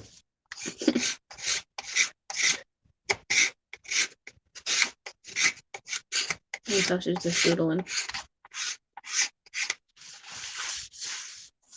Laura Jones is still here.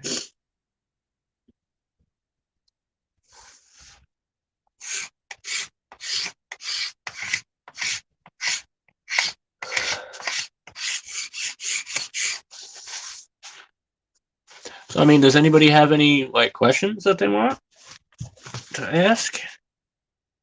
Pretty much just about anything. Outdoors, survival, living off grid, bushcrafting. Something about me. Kind of really an open book.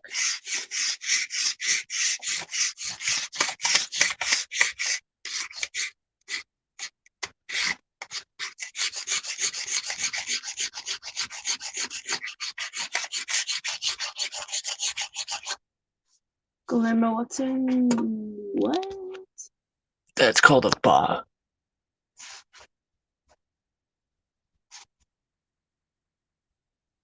Because you actually have to hit it. My phone doesn't like your fingers. I cannot read it. And no, the Jeep isn't the total loss. It actually still turned over. Yeah. But it's out of gas where it's sitting. So I have to get a can of gas to it and get it moved out of that spot as soon as possible. As soon as we can afford the gas to put in it. Yeah, it's sort of lifted at the moment, up off the ground.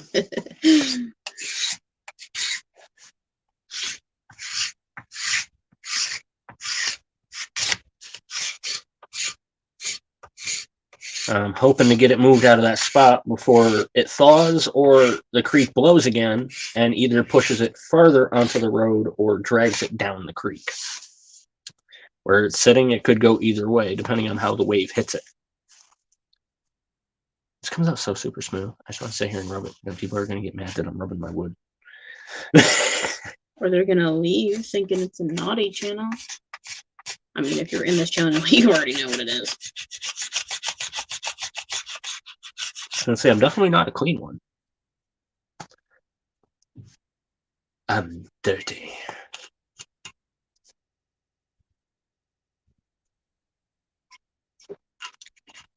But no, that's why I'm still doing the fundraiser. To try to get the money to get the Jeep fixed up so that way it can be on the road and not in the creek.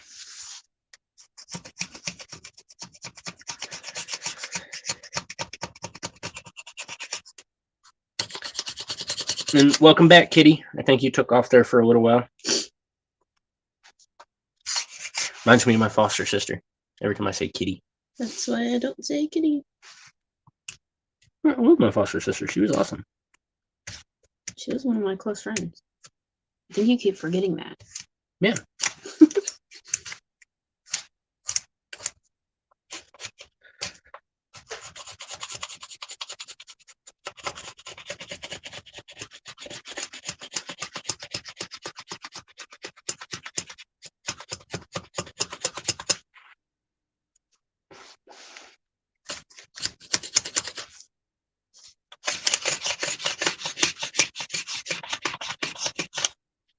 It's actually why I said the kitty kitty, because that's what I used to do.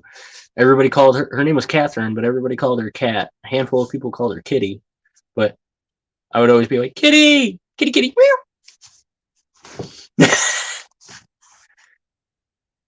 or I'd come up behind her and do the jumper cables, but instead of doing the bzz sound, and what's funny is she would jump and rear like a cat. It was hilarious. I did that to her in school and she got so mad. Because everyone heard her meow. Yep.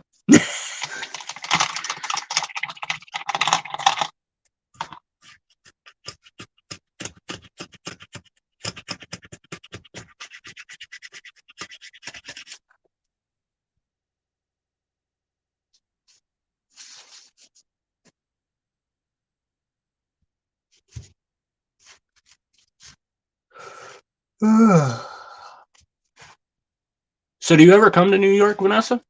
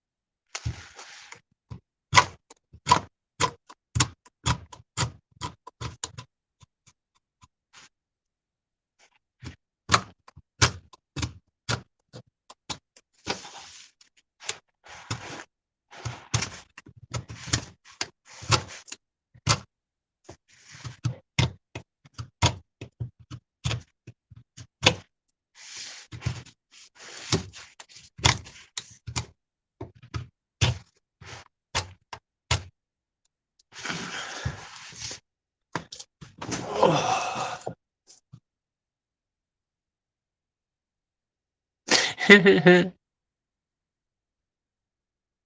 yeah, she said I named one cat Kitty. So just so the vet folks used Kitty Kitty for her name. It works. And yeah, we are in upstate New York. I am not near the city. Have a good one, Mr. Boots. I know right where Bradley Airport is. Airport. I said airport. You said airport. I said airport. No, it came out airport. No, I said airport. But we're in upstate New York. If you Google the Great Secundago Lake.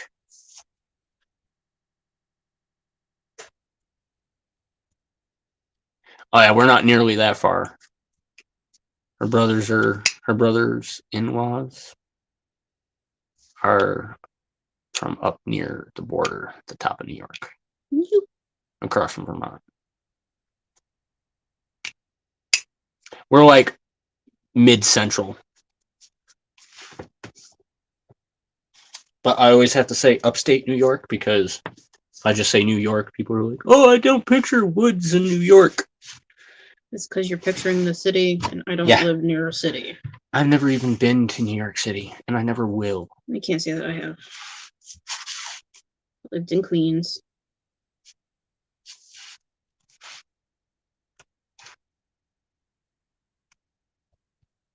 I swear, the longest you stayed in one spot is with me. Yes. That's actually pretty true. Except the 6 years I spent in North Carolina.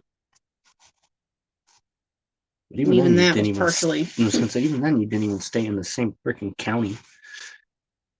Not always. A few times. So yeah, that's the way this one is talking to me.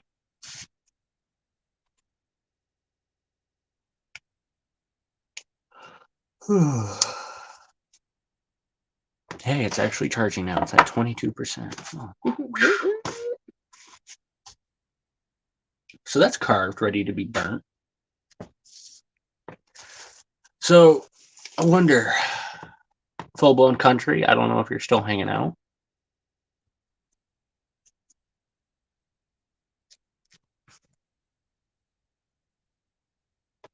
Little Italy. Long Island. LI is Long Island.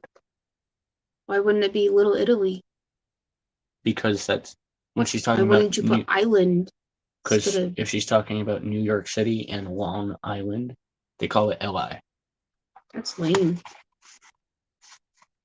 I've been to Little Italy. I love that place. Well, that'd be awesome, Kitty. And I'm gonna go back and forth from calling you Vanessa and Kitty. It's the first word that I see when I look up.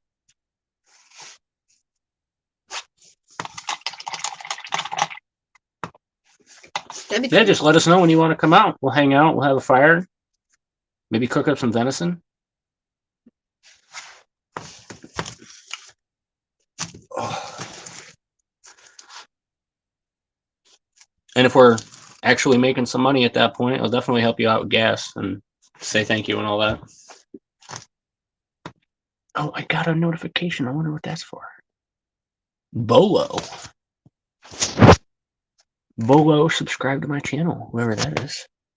Thank you, Bolo, if you're watching this. That's a new one.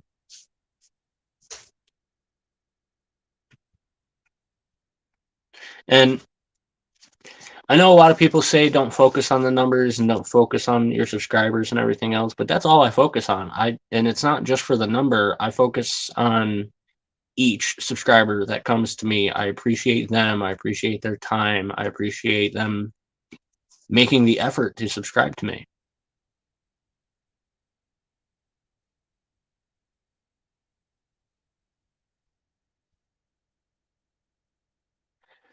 I am in Connecticut, just to the right of that notch in the map.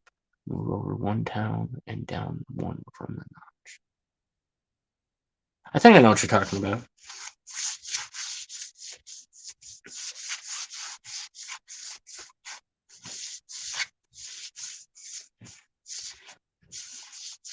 And just for reference for you, we're at the north end of that lake.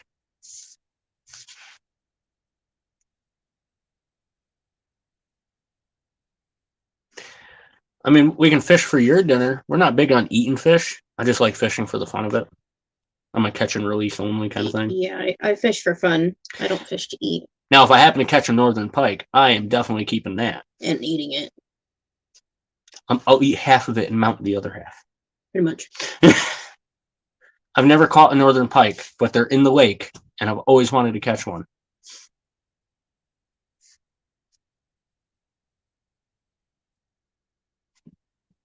Or a nice big channel cat. She'd love that. Love me some catfish. So one fish I will just devour. But normally I catch, 148 miles. But that's actually not that bad. That's bad. It's not that bad when you think about it. I have family No. in Rhode Island. No, and when she's talking about the round trips that she's done before, that ain't nothing. And I I would fish for food, but I'm not big on eating fish. And if it's not a necessity, I don't like to waste meat. Yeah, so it's like I would rather throw something back to catch something bigger later on, like when I need it, kind of thing. Especially not this lake, obviously, but when I'm fishing a smaller lake, especially, I definitely love throwing back the smaller guys because I know if I come back next year, I'm gonna catch that guy and he's almost gonna be twice the size he is now.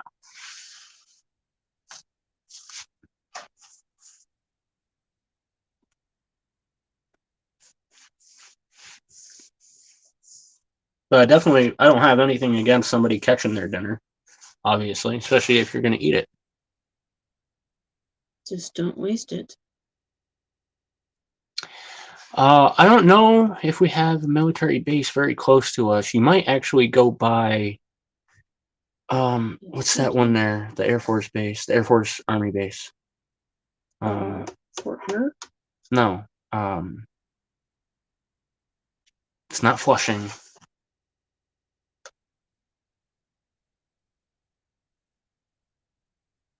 Oh, I can't remember the name of it. But I have a canoe. The wife has a kayak. I may be able to finesse the pontoon from the neighbor. Don't count on that. Oh, that's cool. She lived next door to the Yankee Stadium for 2 years. Ooh, nice. End of the 80s in between her enlistments. Nice. It's a good spot to be. Bowling Air Force Base. Oh. That's what I'm thinking of. Would have thought I would have remembered that a little easier.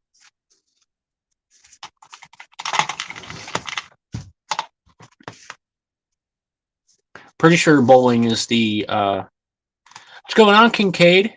The link is up there if you want to hang out.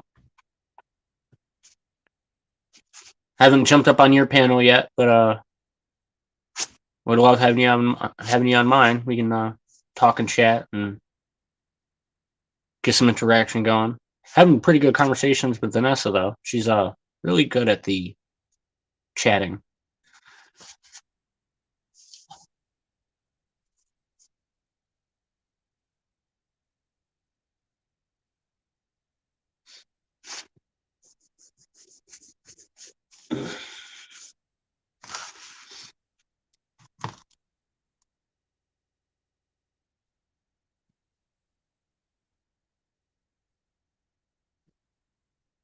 But that would be awesome, Vanessa, and I would definitely be happy with catching that on film too. Colin. But that would be awesome, Vanessa, and I would definitely be happy with catching that on film too. Whoa! Echo! Let me put that. Colin. Put that. There we go. Sorry about that. There we go. How's it going? Oh, pretty good. Just trying to figure out what's going on in the world, pretty much. Just popping in and out of everybody's live, see who's on. Prepping 101 was on earlier, and I was like, it was a little weird over there, so I came over here. A little bit more, a lot more down to earth over here. Always try to be. Yeah, me too. I'm either down to earth or way out in space, so it's you get one or the other. I'm in orbit at least. So I'm working on this for Full Blown Country. Oh, really? Nice.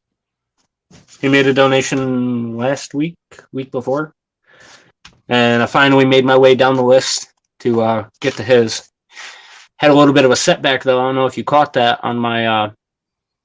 I put out 3 or 4 videos about it the other day, 4 days ago. The creek was frozen. Ooh. And it thawed just enough to release itself on the edges, and it totally blew out. It had so much back pressure that it was like an ice water landslide mixture that came down, came up over the banks onto the driveway, and picked my Jeep up and moved it a good 8 feet.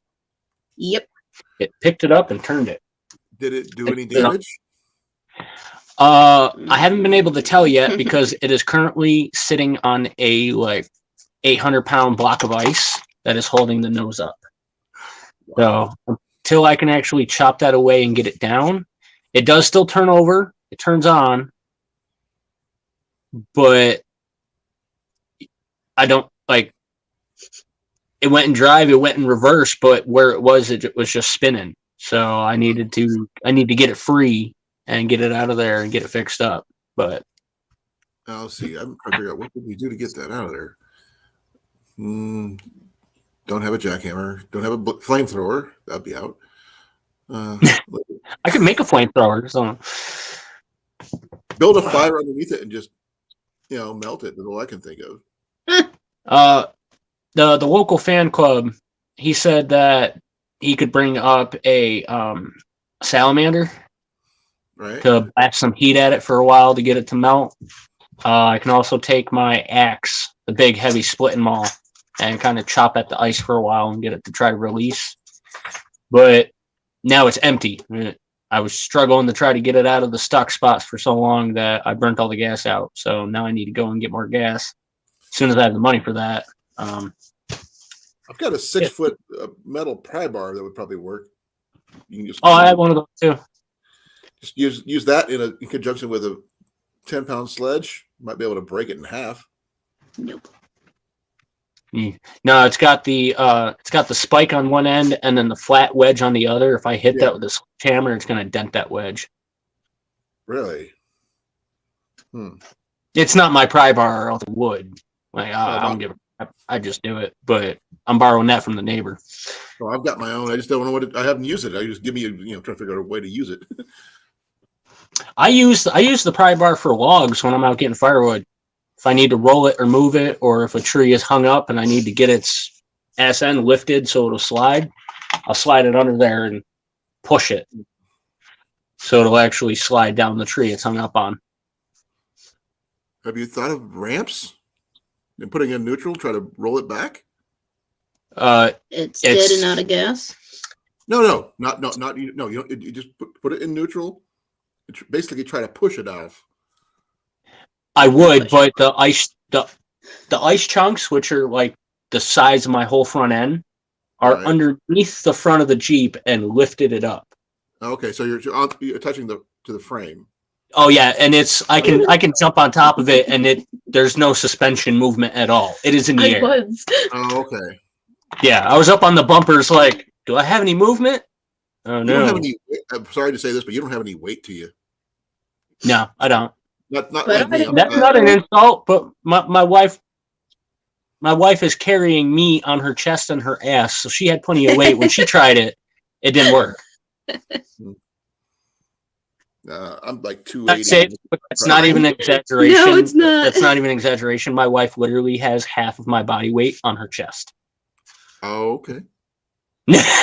I not want to comment on that because my wife is sitting right here. No worries. No worries. Right there. Hi, Mrs. Kincaid. Hi, Jenny. That's Jenny. Jenny. So it's going to be interesting to see how you get that off there. I'm just trying to think of. I bottomed out before, but it was in dirt and mud, not on ice. So I don't know. I'm trying to figure out a way to get that off there. Well, Fortunately, without gas. yeah, it's once I get gas in it, I'll just chop at the ice until it settles, and then I'll be able to back it out. It should have enough grip where it's at to back out. It was stuck where it was originally because when I backed down the hill to go turn, I ended up in wet ground. Oh. And it's just city car tires on the Jeep, which is just ridiculous to me, but that's how I got it. And it just spun where it was, and I was like, man, I'm almost out of gas. So I had to turn it off, parked it, and left it there because I knew I had to work on it before I could get it on the road. Right. Finances didn't turn around for me to be able to work on it. So it's why I'm doing the fundraiser, doing the walking stick fundraisers and everything else that I'm doing to try to get, a little bit of help to have people send stuff through the Cash App and stuff so that way I can try to work on it and get it on the road because I can't work until I have transportation. Obviously. So it's like we're borrowing the aunt's truck right now, but we only just got that, and of course, as soon as I get it, I start talking to the jobs that I had already lined up, and they're like, "Oh, I hired somebody a couple weeks ago." And I was like, You literally just said something about it a week. "Yeah, like the day after they said something to me, they hired someone kind of thing. Well, too bad you're not closer to Iowa because we're actually hiring where I work. And what is it you do again? I work in an alcohol distribution warehouse. Ooh. This sounds fun. Samples? No free samples, sorry to say. Still No, fun. I don't even drink, which is really funny. That's But I've been there for over 12 years. It's a really good place, really good benefits. But we've been trying to get people hired for a while. Just corporate just keeps on batting everybody back and forth from one person to the next. And we ran into some work trouble with her job. They, even though she's not in training, they still kept her on training pay, which was like $3 less than what she's supposed to be making an hour. And like there was days where she'd be going down to work. She checked her schedule here, got in the truck, and went down to go to work. And halfway there, she gets a text or a call saying they changed the schedule and she's not on today. It's like, okay, so it's already just wasted the freaking gas for that. Does she have to call in or something like that, or just? It's supposed to be a 2 hours before your shift that you're supposed to call in, but they called her 15 minutes before she was going to be there to be like, okay, we changed the schedule. That's just wrong. Yeah. So then, it was just one thing after another with that, and they took her off the schedule because she was unreliable, but she wasn't. She was going every day that she was supposed to go, and the 2 times that she called out was because a natural disaster happened in our freaking front yard. I couldn't physically get out of the driveway. It's Right. literally trapped. And it killed me because I love to work. Do they need to see a picture of it or what? Oh, I sent them a full video of it. Yeah, they saw it. Video. Some of them are on my YouTube, and they saw it. Like, it's pretty obvious that there's no way we're moving out of this because some of those ice chunks were like 600, 700, 800 pounds sitting in the middle of the driveway. And I even went out there and I was thinking, maybe once I got up to it, I could roll over all of this, but it wasn't like stable. When I would step on it, there'd be whole sections that would just drop 2 feet. Right. So the only thing that would happen is the truck would be in there all stuck on top of stuff. And I was like, yeah, it's not going to work. Oh, Vanessa says you could probably winch it out. Yeah. I can't winch it out where it is and move it somewhere safe without the gas. So, I mean, once I have the gas in it, I can either winch it out or just back it out once I get the ice chunks off of it. My main issue with thinking about pulling it out is the way the ice chunk is. I don't want to lose my whole front end pulling it down off the chunk. Undercarriage either. So, or messing up the axle more than it probably already is. Yeah. That's one thing I am concerned about is if my axle's twisted. And you can't get under there to look. No. There's there is snow shoved up underneath the engine up into the engine compartment. Still turns over. So I'm not sure what she's saying. Is it like a Conaling and pulleys? Come-alongs. Come-alongs. I was like, I thought that was what she meant. I go, that's unfortunately, a whole different word. That was a whole bunch of autocorrect right there. Conalings instead of come-alongs. Yeah. And unfortunately, that will not work as well. But not without being able to move it after it's unstuck. Yeah. Right. So I mean, it's just wait until we have the funds to be able to put gas in it and get it moved up to the spot where it needs to go, so that way I can get it fixed up and check, make sure everything's okay. Yeah. I gotta say, that was my first time being like right there watching a natural disaster happen. That was very interesting. Yeah, that's what you get for what's the word for it? Like a flash flood sort of situation. Yeah, it was like a flash flood, landslide, tidal wave kind of mix. Yeah, and dink over stink. How's it going? Nice dinker, you dink. That's an interesting name. Every time. I do. I have to say that every time I see him because I have this thing when I'm driving around and people don't use their turn signals.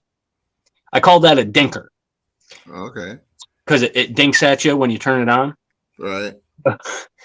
So whenever I see someone take a turn out of nowhere and they don't use their turn signal, I always yell at them out the window, "Nice dinker, you dink!" Every time I see them, it's all I think of. No, I'm going to start thinking that now. I never. Now, Vanessa was asking if you have gas cans. I've got Yeah. 4 plastic ones. Yeah, the red Just plastic need the gas money cans. to get the gas. I just need the money to be able to go down and get gas. Again, like I said, that's why I'm doing the fundraiser. I haven't been super preachy on it like I have been. I'll usually stop every few minutes and be like, "Hey, anybody who wants to make a donation, I'm carving a walking stick for anybody who makes a donation. I've got it down on my list." Well, you And said something on my channel the other day. We could have got you something, some people to donate or stuff. well, I thought I mentioned it when I was hanging out in the chat. I didn't see it. I apologize. I was kind of busy. I get distracted easily. I'm sorry.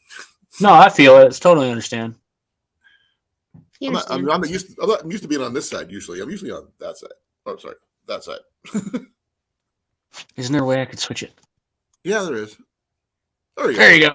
Does that feel better? Also, if you choose the aspect underneath your screen, Yeah. that will probably make it look a little bit better too. There you go. That guy. There you go. But see, to me, like, especially because I'm looking at on my phone on the smaller section where it's displaying on my phone. Right. Now, like, we're only like that big. So, like, if you were showing me anything, I'd have to lean way in to be able to see what you're doing. Oh, I understand completely. I have done lives on my phone, and it's not the best one, but I generally use my laptop for all this, so that makes sense. I've only got my phone. Because I type really fast, so I need to be able to. If I need to type, I can just go for it. See, I type faster on a phone than I do on a computer. I'm all thumbs on the phone. So, and Netza, we were talking about that earlier. I'm like probably roughly about the same height as yours, honestly, a 26, 27 inch seat height. That's right. And I don't mind my butt being a little bit lower than my knees. So, I mean, that's just me. Right. Okay. I'm trying to measure your boots from floor to top side of knee sitting down. That puts your bottom at the seat height. I didn't know that. I mean, from my heel to the top of my knee, it's about 30 inches. So, I mean, yeah, the 27, 28 inch, because I do like my knees being bent just a little bit more. Here, got a tape measure. Mine's not that tall. Mine's a little bit over 20 and a quarter, 20 and a half. I'm short. No, Mrs. Natives is about 3 inches shorter than mine. Oh, wow. How tall are you? I'm 5'10". She's 5 foot, 5'1", depending on the day. I'm 5'8" and a quarter, but all my height is from my waist up. I'm always the shortest one. Yeah, and so am I. My height. I have a long torso, but short legs. My inseam is 29 inches. Mine is, but they don't make pants in 29 inches. No, Walmart does occasionally, but it's really hard to find a 34 or 29. Well, I'm fat, so it's kind of hard to find a 48 29. Not at Walmart. Probably not. I don't know. What was that again? Sorry. A 48 29 is hard to come by. Yeah, that would definitely be hard to find because most of the 50 plus is usually like 30, 32, 34 for the lengths. Right. See, mine has always been trouble. Like when I was a kid, I was 5'5", 260. Mm-hmm. But again, most everything was above the waist. You looked at me from the bottom down, you're like, oh, that's an athletic dude. Then you looked at me from the bottom up, and you're like, man, that's an obese motherfucker right there. Yeah. I was always skinny until I was almost as wide as I was tall. No, not me. I was a very small person. I was one of the few when I went through basic the first time. The only person who actually lost weight and gained in height. I gained 2 inches in basic.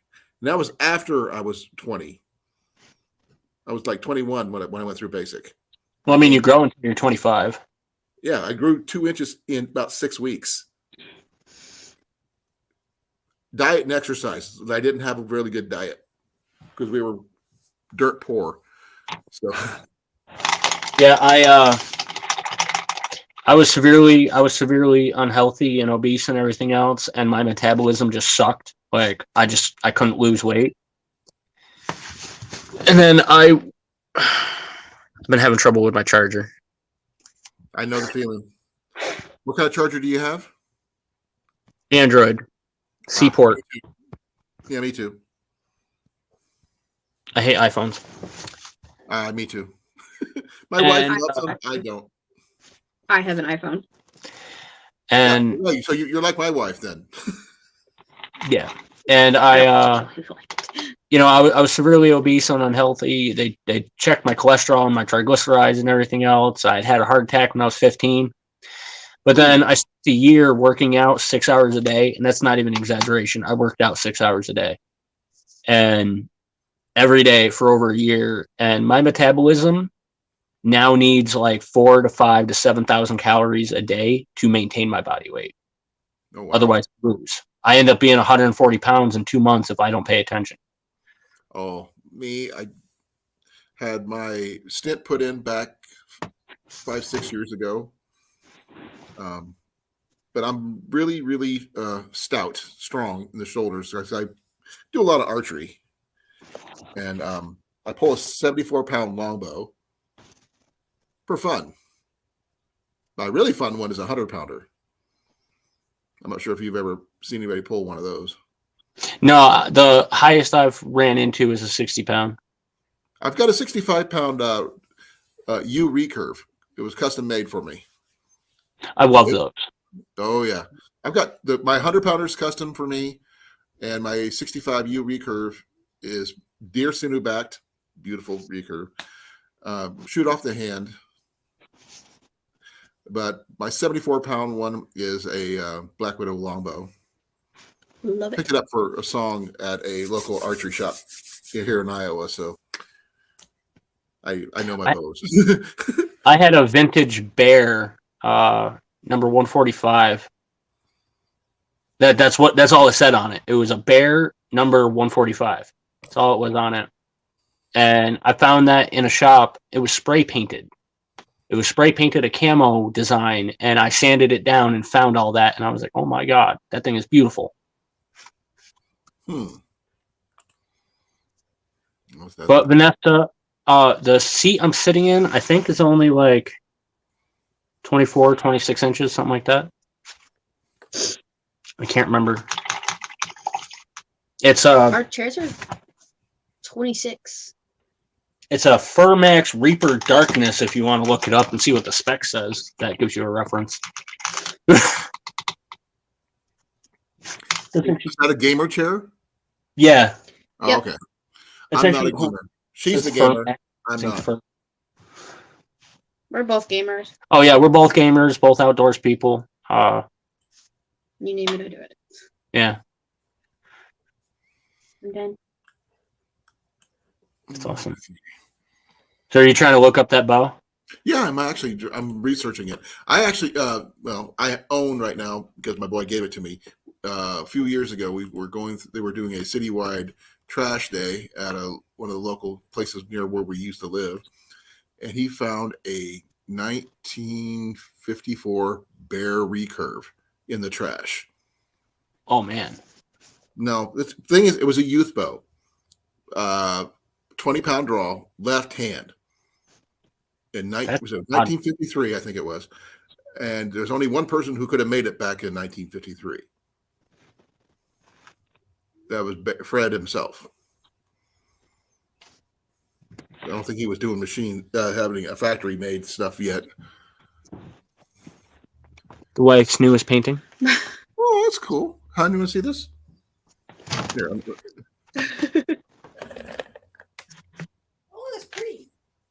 Thank you. I kind of just throw colors together at a point. Oh, hon, now you got to get your channel up and running now. You guys can hang out. Yeah, Tasha does painting. She actually painted me a nice picture too. Jenny love does a little bit of everything. She does crocheting. She does knitting. She does cross stitch. She does diamond painting. She does color streak nails for make extra cash. That happens. What else do you do, love? I would if I had the kit. Paint by numbers. She does a little bit of everything. And video games. I crochet. My mom taught me how to crochet. I know how to do. What is it? What's the word for it? I'm still learning that. A little bit of macrame for making halters for horses. When I was growing up, we used to have horses. We didn't own them. We helped them. We took care of them for other people, and I learned how to make a halter. Never learned to ride though, which is really sucky. I had to learn how to crochet from a right-handed person. Oh, we're both left-handed, which something needs to be said, and everything is backwards to us. The wife is ambidextrous, but when it comes to that kind of stuff, she's generally left-handed. Yay! Yay, she's one of us. A right hand, but I do everything left-handed. Yeah, it's shooting and writing. She's right-handed, but just about everything else, she's left-handed. I had a cousin that way. Who did only thing he did left-handed was right, and everything else he did was right-handed. Left-handed, she wrote. Right-handed, everything else. Both hands. It really torqued off baseball coaches in high school. If I lost the function to my right hand, I would be screwed because I am borderline, and I know this is a bad word, but I am borderline retarded when it comes to trying to do things with my left hand. Yeah, My left hand doesn't want to work. I can't even hold a pencil. Like, I grab a pencil with my right hand. Mm-hmm. It just feels weird, doesn't it? Yeah, I know that's the way I'm supposed to, but it's still not the right way. The only thing that I'm really competent about doing, both left and right-handed, is shooting my bows. Because I've been teaching for 20 years. So that's how I pencils in my pens.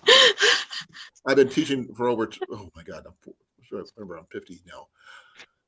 For 25 years, I've been teaching people how to shoot, and 90% of them were right-handers. So I learned how to shoot right-handed. You got to come up for the powwow. Where's it at? Upstate New York. We're trying to get together a whole meetup, powwow, barbecue, a bonfire and barbecue. It's a little far for me. I'm in South Central Iowa. That's a long trip. I wish I could, but so she would want to have to go. Right, love? I didn't write down. Yep. She's being quiet right now.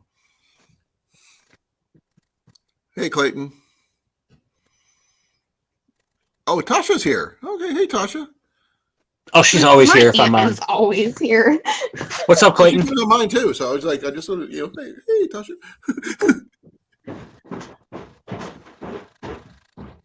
I meant what? She meant can. She can write with both hands, but her dominant is her right, but her left is stronger. Oh, okay. And that's from overuse on your right hand is why it's weaker.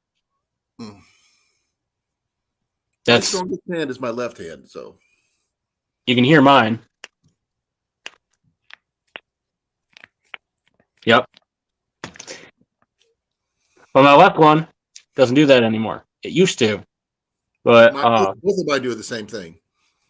But for as old as I am, since I'm 54 years old, I'm stronger than the average bear when it comes to certain things, because people don't expect someone my age to be able to pick up stuff that I pick up. I mean, I've always been disproportionately stronger than my body. Like when I was 4 or 5 years old, I was picking up logs and putting them on my shoulder and dragging them out of the woods that my dad couldn't even lift up. Yeah.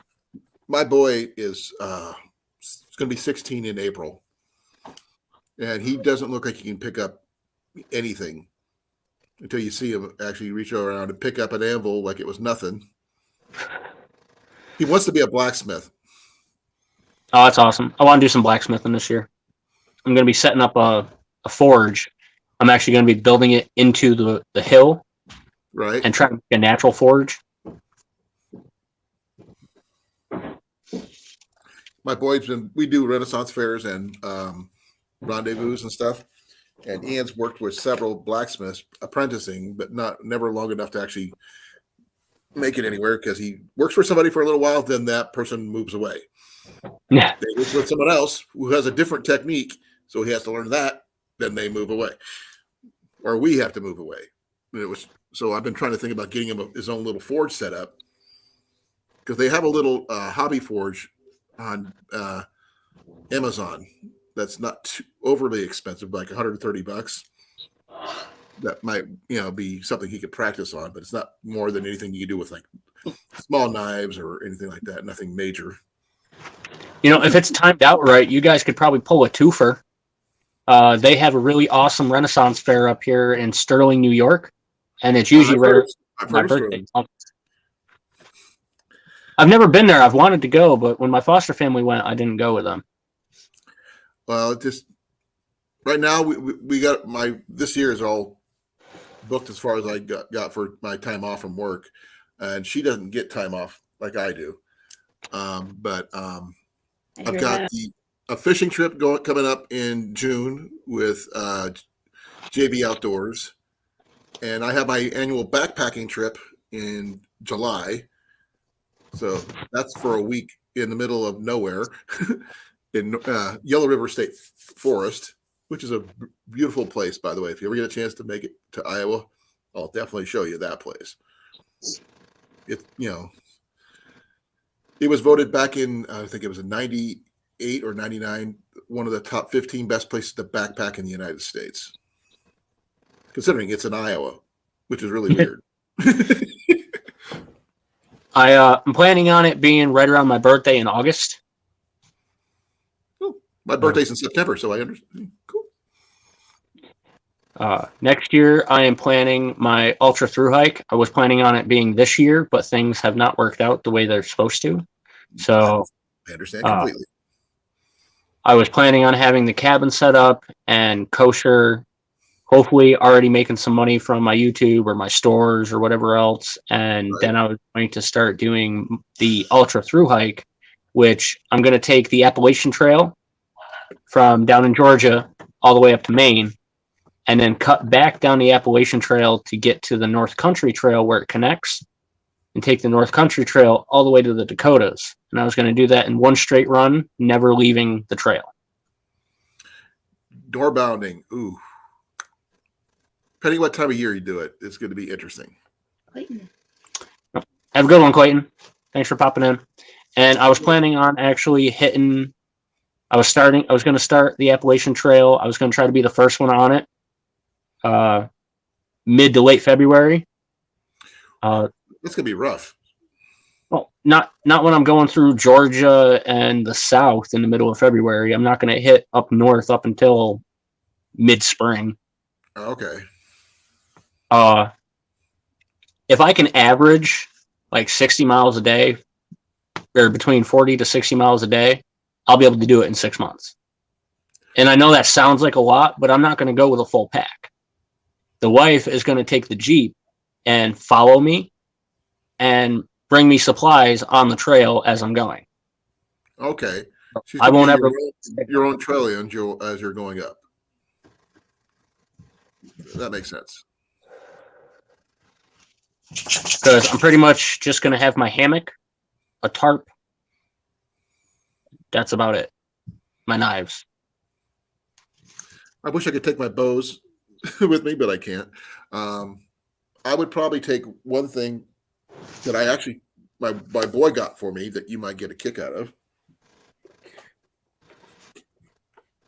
It's one of these. The mini cast system? Oh, the little collapsible pole? Yeah. Take down fishing pole. We found it at a local shop in Des Moines. It's actually pretty cool. Okay. I'm not sure if you can see that because it's size and everything. It's pretty tiny, but it's about a 5 or 6 foot pole. Do it again. Give me a second.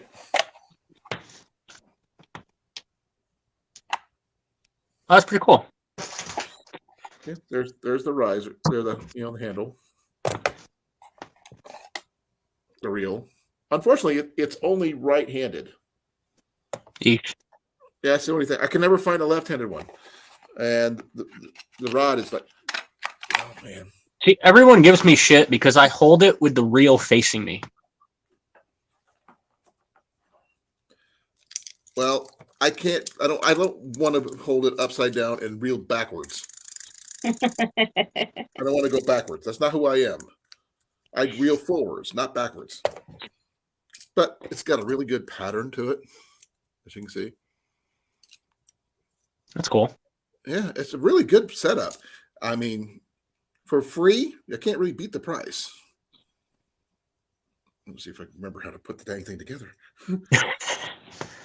Well, I don't use it very often. I use a different fishing pole generally. Yeah, whenever I talk about fishing poles, I always have to bring up the fact that I bought the wife a Lady Triton, and it's a beautiful baby blue pole, and it's a medium action. Right. It's a beautiful pole. It was originally only $65, but I ended up having to pay $130 because the day I got it when she wasn't with me. I brought it down to the lake and I tested it out to try it out. And it was a beautiful pole. It casted almost farther than all my other ones.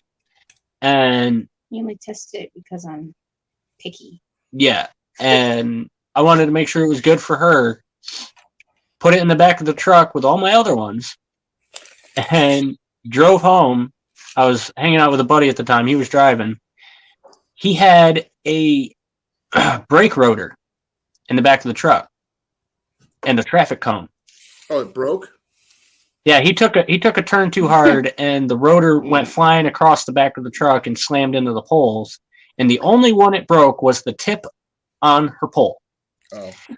This Which I realized when I went to go unload, and then I was like, okay, we got to go back to the shop.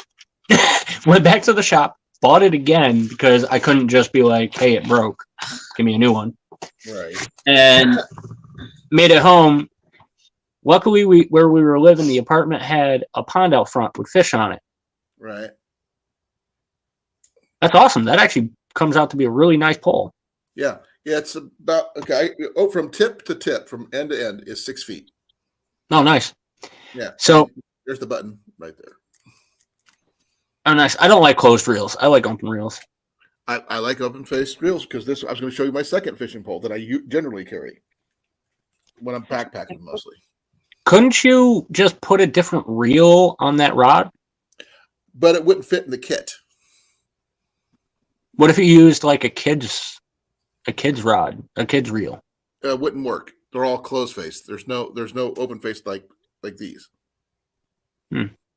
Because I have an open face that has a smaller reel on it. It's a Shakespeare.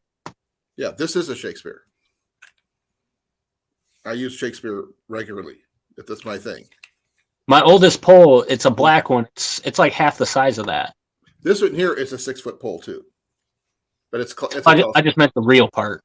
Oh, this one here, I've been trying to find a Daiwa that'll fit in my kit because the one thing I like about the kit. Annie, Hold on, though. What is it though? he sees you play with fishing poles. Oh, okay. Is the fact that this one here has strapping points.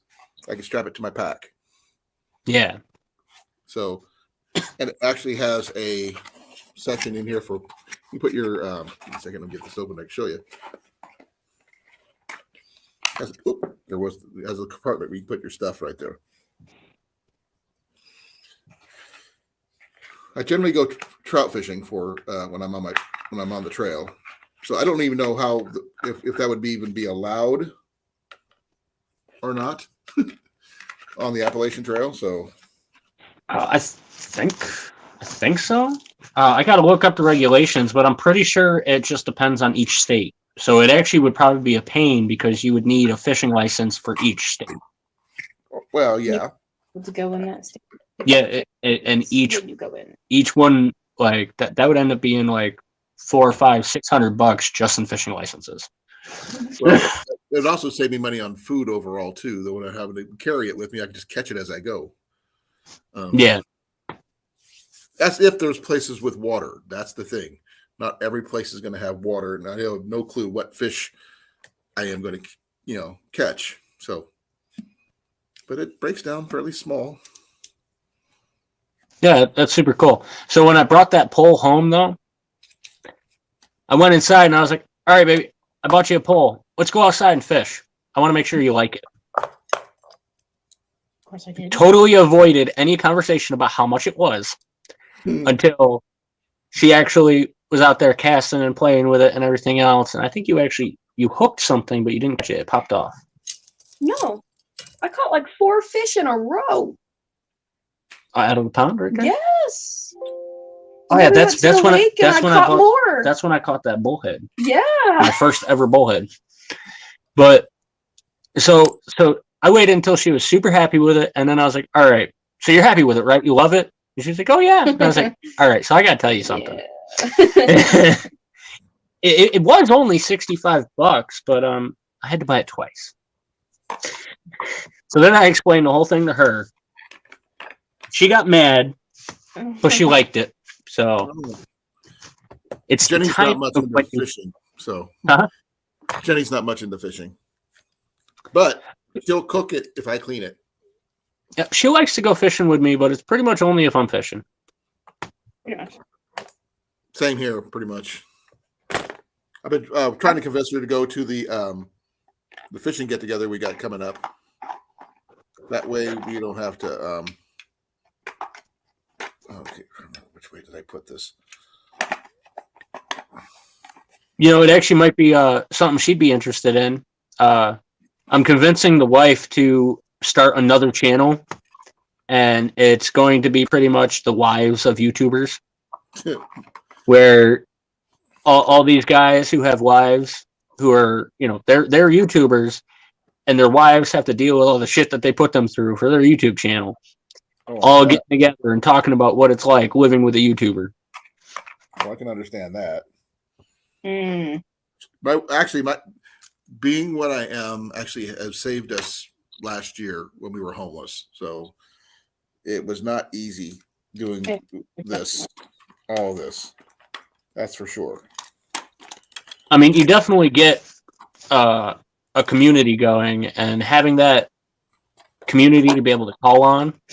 It's super awesome. Like I said, I've got 3 or 4 more 1 cane and 3 walking sticks that I have to make for people who've donated to help us out with the Jeep.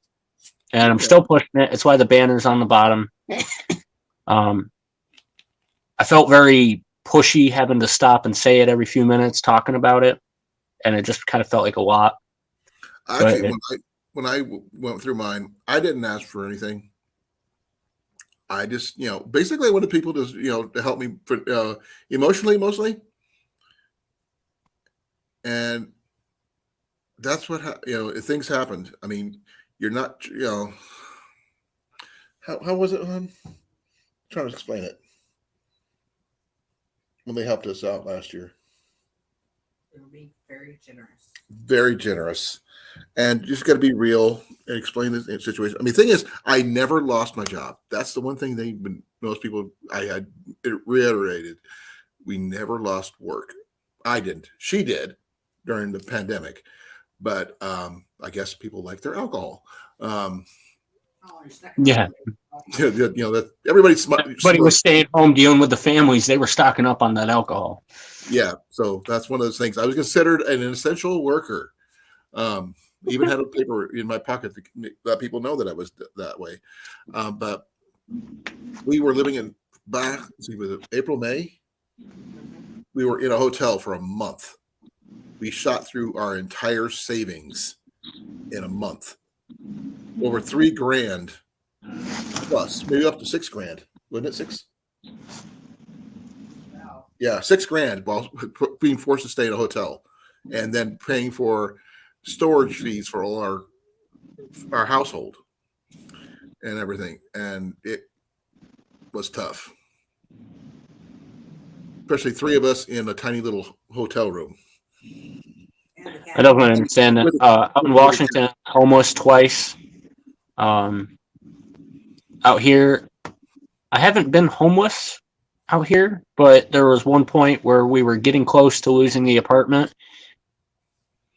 to where we were starting to think about how we would need to rely on camping full time.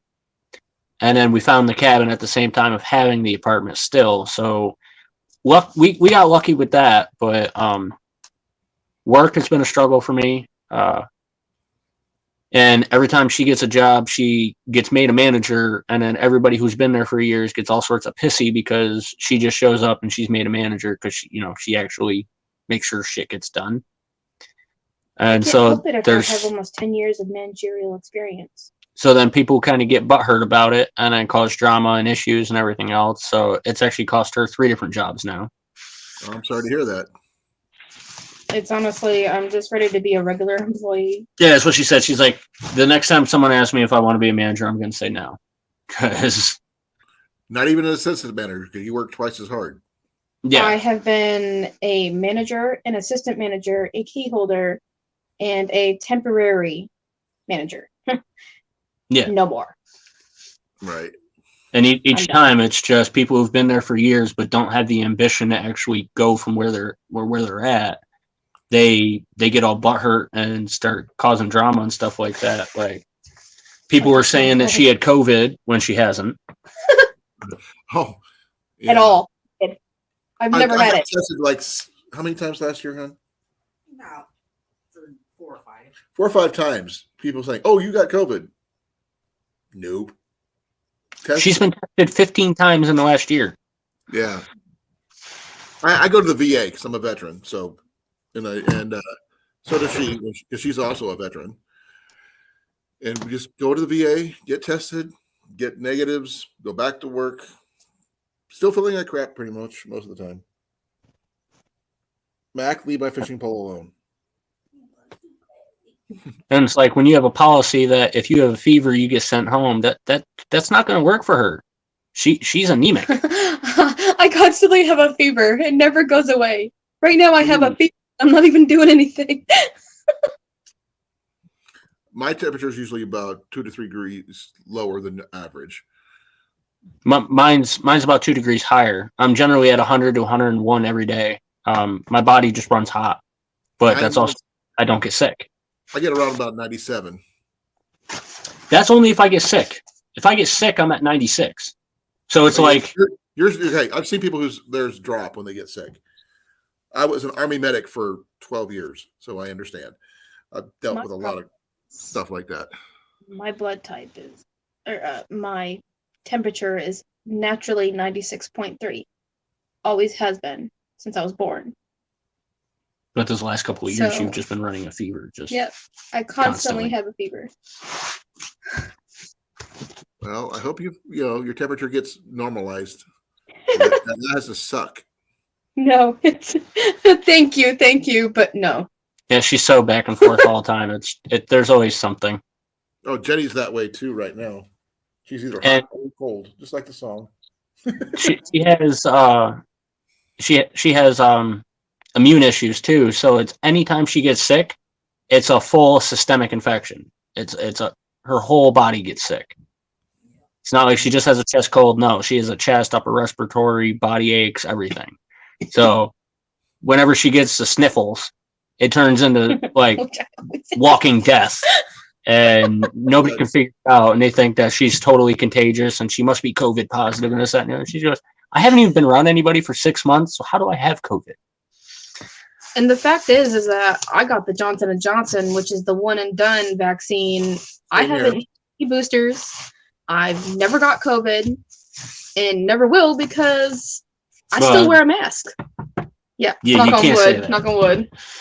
Knock, slap. Yeah, Jenny gets bronchitis once a year, and doesn't matter what she does, she gets bronchitis once a year, and she looks like death warmed over. Sounds even worse. And this way, I sound like I smoke 3 packs a day, and I don't smoke. Yeah. See, I'm the same way, and I don't smoke cigarettes at all.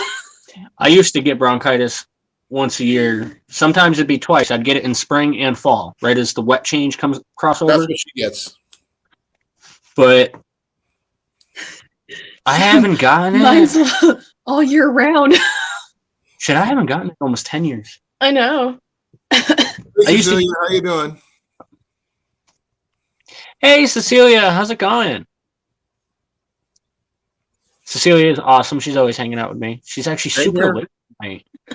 Yeah, It's so she is I- one of my biggest supporters, and she's an amazing person. So yeah, She is. And actually, I saved a raven the other day. cool. Yes. Yeah. It was super awesome. I couldn't get somebody- video. I was sad. Somebody who was a little negligent with their traps left the trap, a conibear trap, sitting up on a garden arch. He hung it up there. He said he was going to spring it, and he just forgot. And I went out there, and I woke up, and I heard this weird bird sound. But we got chickens all over the place, so I thought they just got messed up, got attacked by a hawk, or just we're being stupid. And then I look out the door, and I see something flapping next to that garden arch. And I'm like, what the hell is that? And I took the dogs out. And as soon as I took the dogs out, I walk him out on the leash. He froze. So I took them out, let them go to the bathroom. And I came back in. And I was like, honey, I'm pretty sure there's a bird stuck on that archway. She goes, what do you mean? And she looked and she saw the wing. And sure enough, when I went out there, his one foot, his one claw was stuck in the trap, and he was hanging upside down. He was just barely hanging on. Yeah, and he was covered in blood. And I kind of walked up, and I was like, "You all right?" And he was just focusing on me, but he didn't move. You could see his eye focusing on me, and I was like, "You good?" And I like very tentatively picked up the one side of the trap and started trying to squeeze. It was rusted, so it was trying to squeeze them open, but I couldn't squeeze it open and open them up while it was hanging. Right. And I eventually was able to just jiggle him just enough, and he totally froze, dude. Like he was curled up and just hanging. Right. As soon as I let, he was ready to go. It was pretty much. He was ready to let go and just beat. Yeah. As soon as he fell out of the trap, because I finally was able to get it to wiggle enough. He fell out of the trap, hit the ground, and just kind of looked at me for a second, and then took off and flew away. And I was like, that was so awesome. I was half expecting to get attacked when I went up to him. No, keep an eye out. He might be around still.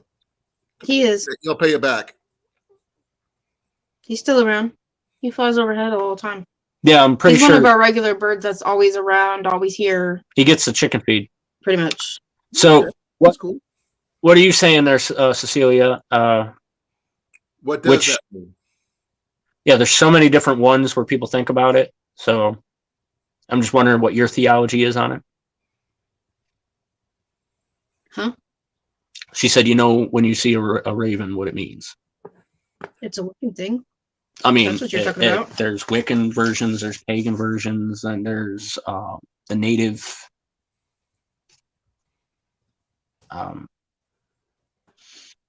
Thought process behind it. According to my research on raven symbolism and meaning, it says you might be in need of some kind of guidance in your life. Now, what does it mean when you find a trapped raven? That's a whole nother aspect. Like running into a raven is one thing, but running into a trapped raven that you free has to have some sort of other symbolism. Looking for guidance, and then you released it, meaning the guidance, what you had, is all you needed. I would have been So leaning more put away. towards. I would have been leaning more towards giving someone guidance. A friend coming to visit, and I'm gonna trap them here. I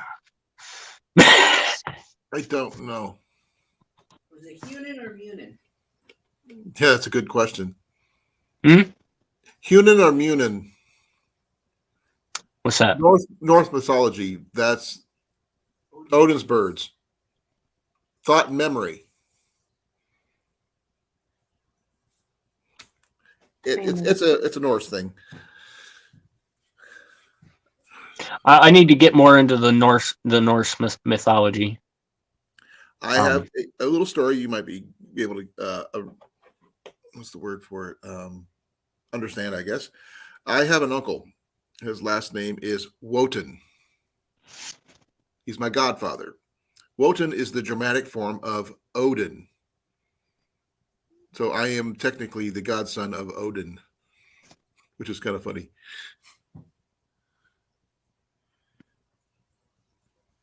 Okay. That's interesting. Could have been trapped in something and now free to move on. Yo, your Jeep's trapped in ice. I mean, it was trapped in the bank and then it got picked up and moved. Yeah. Did you watch that? Not yet. That was nuts. I wish I'd thought about it when it happened. I could have actually caught the movement on camera, but I caught it after the fact. That was crazy, though. Oh, I see. Okay, that's that one. Okay. But I kind of like that, Cecilia.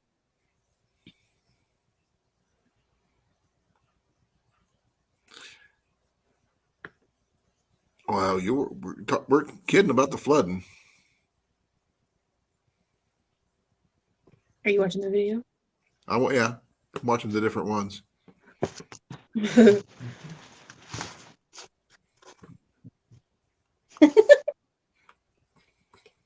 Somebody's dreaming behind us. Adorably so. The dogs make some absolutely adorable sounds. They are so cute when they do it. And I don't know, what would I be trapped in? What am I trapped in? Besides this agreement that we have going on.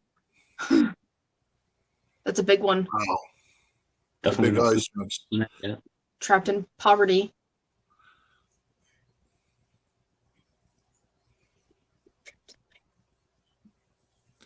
Well, if you had an ice house, I would say save the ice chunks, but I don't know if you have an ice house there.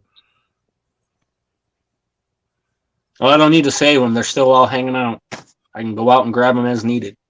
I was actually going to make a joke and put an ad on Facebook and be like, giant ice slabs for sale, pickup only. And you got to figure out how to pick them up. Yep. First come, gets them all. Yeah, pretty much. Must take a minimum of 200 pounds each. Yeah, I can see that. Man, some of those, like on the walkthrough one where I'm which one was that? I think it was the second one, the second live. I'm walking through and there are some ice chunks sitting in the middle of the driveway that is larger than the front end of the Jeep. I think that's the one I'm looking at right now. I don't know if I could live right next to a creek like that, though. That's a little close for me. No, it's a creek. It's a creek. It's expanded in the spot to look like a river. Yeah, and it's actually the biggest spot is right here in front of us. Okay. There's your Jeep. You're investigating your Jeep. That's the destruction. That's the one I'm looking at. Yeah, the other one is I go to the end of it and I walk back through it to show everybody what happens. What kind of Jeep is it again? 2009 Jeep Patriot, North Edition. We had a Liberty. Was it Liberty? No, this is Patriot. We had a Patriot too. We used to have one of those. I think we had this conversation before. Yeah. I think it was literally the same thing. You asked me what kind of Jeep it was, and you thought you had a Liberty, and then she corrected you, said it was a Patriot. Robert, how's it going? We got rid of it because it was like it had the worst gas mileage. And Cecilia, I didn't mean to park it next to the creek. I was backing it up down. There was a section right there that was a pull-in spot, and I was backing it down to turn, but the ground was so soft, and with the city car tires that are on it, it just spun. Right. And no, I have not found my sledgehammer yet. It's It was leaning up against the tree, on the bank Probably of the big downriver. park. It's really downriver now. Oh yeah, it's probably quite a distance down creek. So I gotta find the blue handle sticking out somewhere and hope it's still in one piece because it really looks like a log came across that section. Wow. I might find parts of it. So what kind of fish you get Now- out of this thing? Brook trout when they Finally when they figure stock it in spring. But so not only do I have to now try to find my sledgehammer if it's still in one piece, I have to replace my axe because my handle is breaking. And one of these times my head is going to fly off. Don't lose your head. Don't Jenny says don't lose your head. At in here. least axe handles are cheaper than full axes. It's a fiberglass handle. I was Oh, gonna say, that's not cheap. Yeah. I'm a firm believer in wooden axes and handles and stuff. They're a lot sturdier. They didn't get Uh, married. Not for him. I don't, yeah, I was going to say, I don't have a shed. And when it comes to wooden handles, they break. They break on me. They always do. Because I always overwork my tools. Right.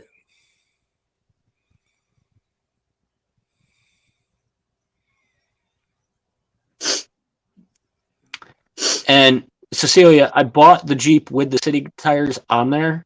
They are on 15-inch rims with Continental car tires. I need a different set. Yeah, and So- the spare is usually pretty junky anyway on those things. Yeah. Yeah, we do. That's- It's underneath. Oh, that's right. I forgot. It's we in had the trunk underneath that crap flap. thing. But that donut really sucks. And yeah.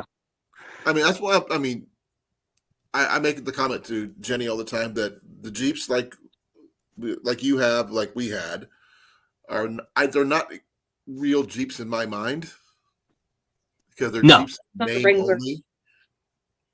Wranglers, CJ7s, those are Jeeps. Yes. Even the newer ones with the 4-door Jeeps at least look like Jeeps. and a 90s Grand Cherokee. That's about the limit as far as what I consider a real Jeep. I had a 98 Jeep Grand Cherokee. Okay, I'm not sure if you remember the Jeep Wagoneer. I think they had those. Those things were like really big monstrosity things, but those things were nice. But that's about it. And Cecilia, I need to get the Jeep fixed and on the road before I even need to worry about having chains. So Yeah. that's Chains part of the are reason why I'm relevant. doing the fundraiser is to get the funds to try to get the Jeep fixed up. And this is just a wrench thrown in the mix. Can you But, get a jack under there? What? Can you get a jack under there? At this current Not point in time, not on the side that I need it. No, It I is think sitting I was thinking it if you is could on get an it ice jacked up, the size of a fridge. if you could get it jacked up enough to put maybe some jack stands under there, or even ramps to help get you up a little higher. Jack stands would be better because you can adjust those any height you want. Just jack one up at a time until you can get it up enough to get, either a floor jack or a bottle jack or whatever jack you have. Not the one that comes with it. Ignore that one. do not have a jack. But that's an idea. Does. Yeah, I don't even think I have a jack right now. They do have a jack there on the back, on the inside of the back. Oh yeah, that little thing.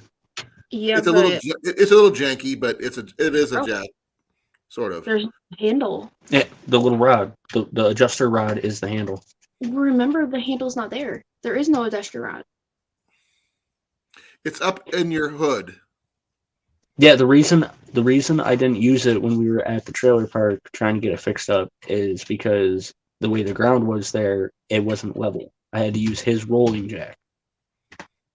That black jack works. It's just isn't worth shit. Yeah, they're junky. Is all get out. I like hydraulic jacks. Floor jacks are the best way to go if you can find one. Yeah, it's that black janky little screw jack. Yeah, I don't like those. No. They're not. The bases are too narrow. You going to bed, love? Okay. Good night.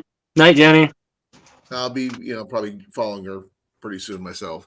But I mean, if you can find a way to get it jacked up, to get at least one side up enough to where you can raise it.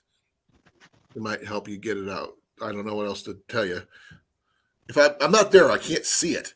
So I'm generally good at figuring things out. Well, I did a nice walk around on that video that you were watching. It's not that great. Well, I mean, the outside is one thing. I'd be able to see. I need to see under how it's. Oh, You it's. can't. I shoveled around the edges, but there's still snow and ice compacted underneath it into the engine compartment and holding up. I was thinking more of the frame behind the wheel, or where the frame meets the side of the truck, the Jeep. If you can figure out a way to jack it up, even if you put logs underneath it to help lift it up, because I've done that before. It might help at least get it, some kind Well, of. like I said, I have a tow strap attached to the back side of it. Once I chisel away at the ice that's holding it up in the front and get some gas in it, I can move it. Right. But because I have someone tug me back and just do that. How you doing, Robert? Maybe you can get Robert or Cecilia up here because I've got to go tuck her in. It's almost 10 o'clock here. All right. I got to be up at 5 in the morning. I could have sworn Cecilia was a mod. I wouldn't know. I haven't. I'm on the. Can you? Oh, thank you for making me a wrench. I didn't realize I was. No. You can't make her a mod. Yeah. Thought maybe I could. No, I have to do it on mine. Sorry, Cecilia. I could have sworn you were a mod. But yeah, whenever you want to jump down, you can. It's totally fine. I know you got to go to sleep. And anybody who wants to jump up can. Okay. Thank you, brother. And I hope you get your situation figured out. If I appreciate it. I'll throw it at you, but I don't have any at the moment. I understand. It's tough right now for everybody. Yeah. So be well. Love you. Have a good one, bro. And keep me informed how your situation is. If I'm on tomorrow in the next couple of days, maybe you can hop up on my channel and maybe we can get some help for you. That's best I can do. Appreciate it. Not a problem. Anytime. So be well, and I'll catch you later. Have a good one. Yep, you too. How's it going, Robert?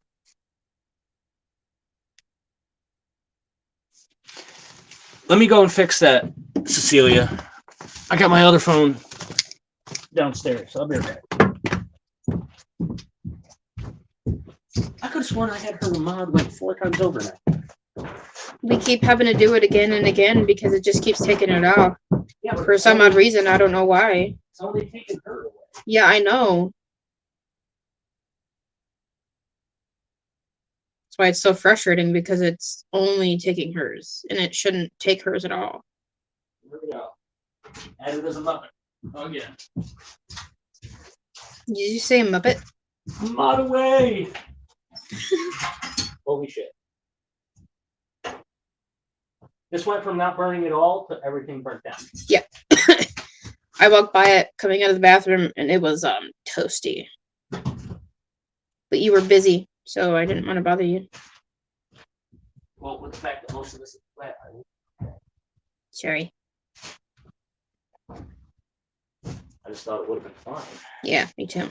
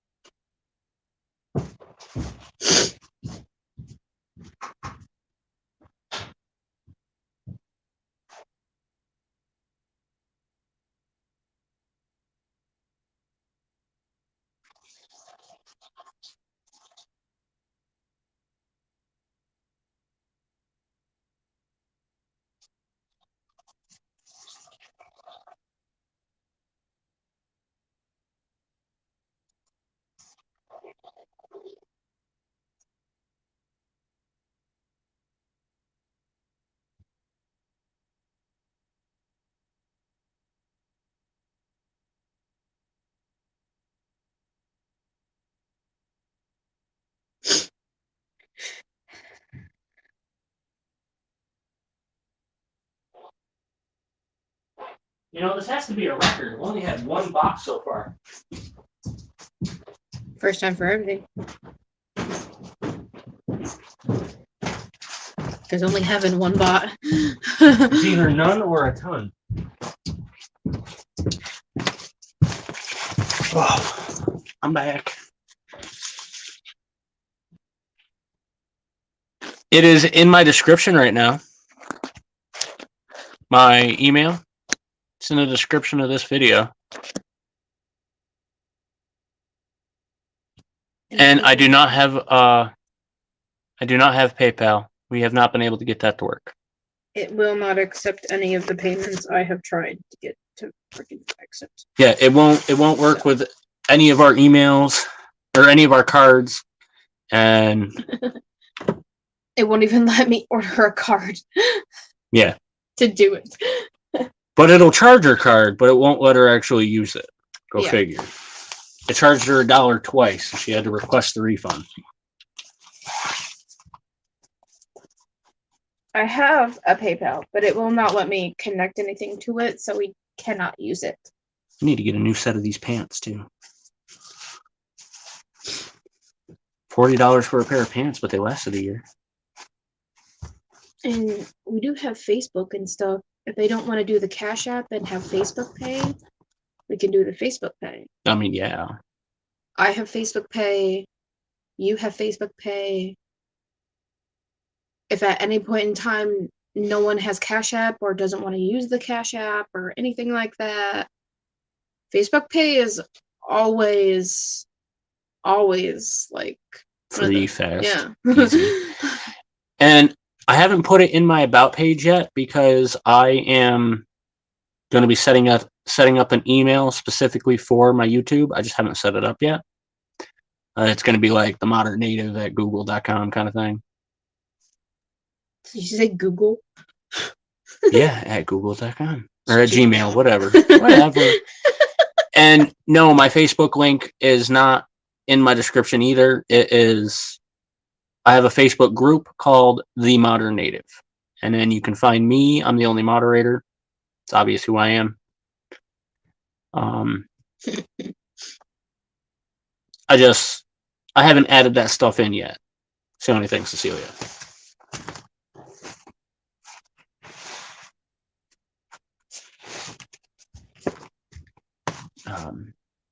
You're too preoccupied with your game.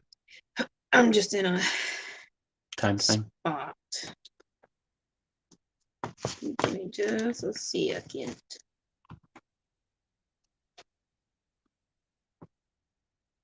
I did it to myself.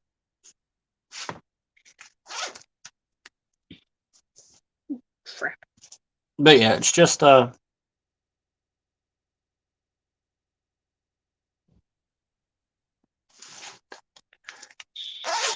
but how does putting things in my about page have more traffic coming to my channel if they have to be in my channel to go to the about page? Who said that? Cecilia said, I have you there, but it should be theirs in the about page to get more traffic to the channel. I don't know if I added my my YouTube link is in my Facebook group.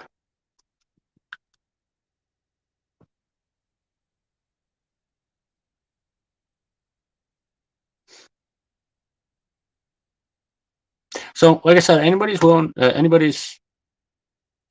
to come up. It says we have 4 hanging out, so I know it's Cecilia, Tasha, and you. I wonder if it's still counting me. It'll still be playing, even though my screen is off down there.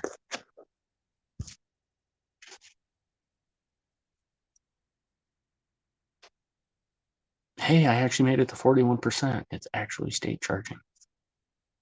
We're at 3 hours. Are we really? Yeah. I must have been paying forever. It's a problem sometimes. I just zone in. It's hard to get out of it. See, I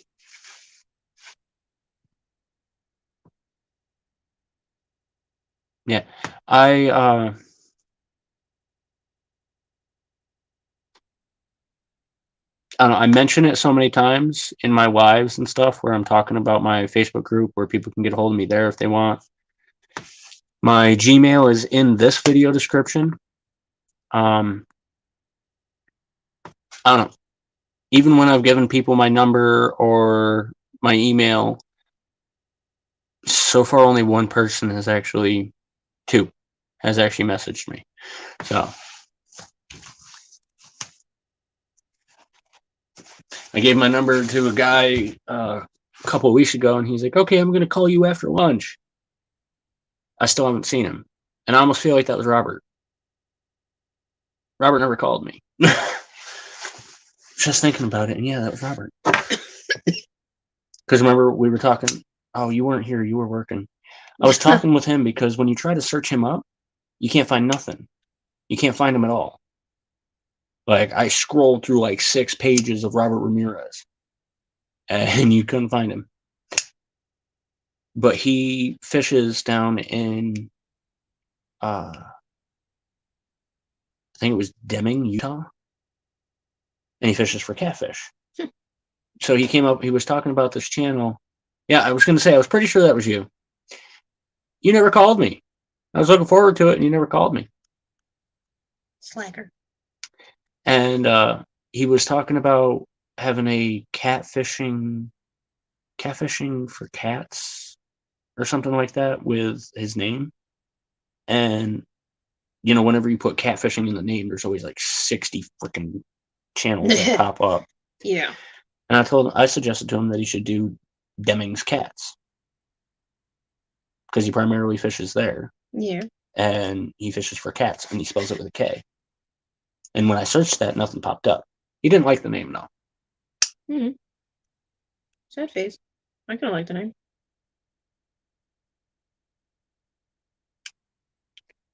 See, I haven't run into any sponsors yet. Except for one. It was Tattoo Cream. Because one of my first Instagram posts was my tattoo. And they like hopped all over that real fast. I didn't even have 10 followers yet. They're like, here, we made you a promo code. Here you go. I get those all the time. Being super inked.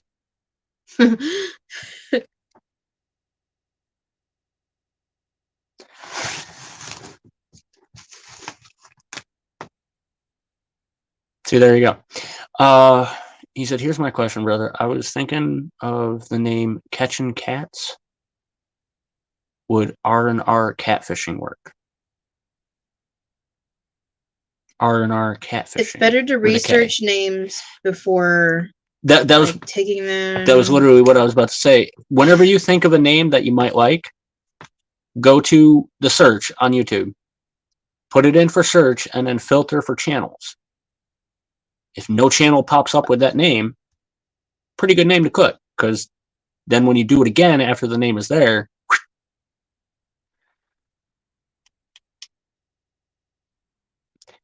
and I do, Cecilia, that it's just like I made my merch stores before I even had 100 people on my subscription list, and once I set up my merch stores, not even 100 subscribers in, and I've only gotten one sale out of it. But I have a ton of different products and merch on there, and I still regularly go in and make something new. I actually need to do that probably tomorrow. And I don't have a Facebook specifically set up for my channel. So I wasn't going to include a Facebook on my About page yet, unless I had one specifically set up for it, because I only have my personal. And I was going to use a Gmail specifically set up for the channel as well, because I get so much junk through all my emails that it's actually kind of hard for me to find stuff sometimes.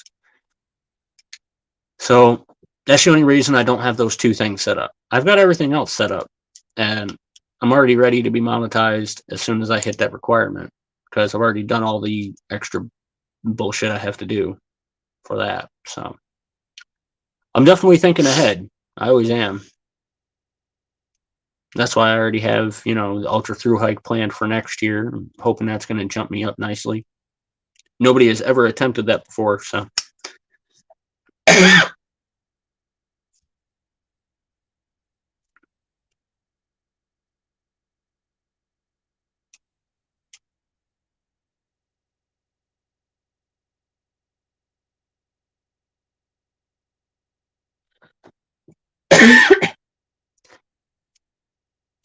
That's true.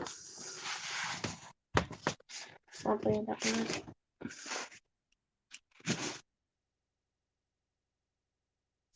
We are Swampland. We're staying pretty good. I actually was just messing with the wood stove. Just trying not to get swept away by the creek. Or, have the Jeep get swept away. I was really worried when that was coming through that it was literally just going to push the Jeep down the road. Or down the creek. I was worried about it too.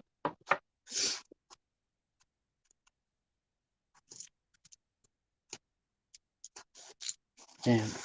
1, 2, 3, 4, 5, 6, 7, 8, 15, 16. I have over 20 walking sticks.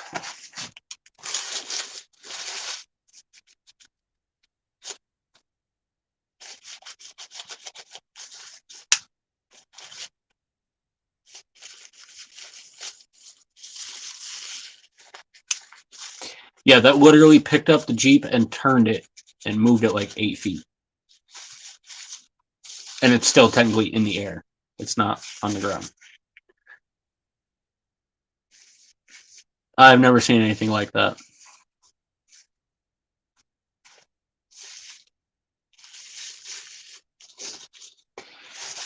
And no, I have no rocks to get to. And I'm trying not to keep it in place where it is. I'm trying to get it moved out. Yeah, moved it uphill. Exactly.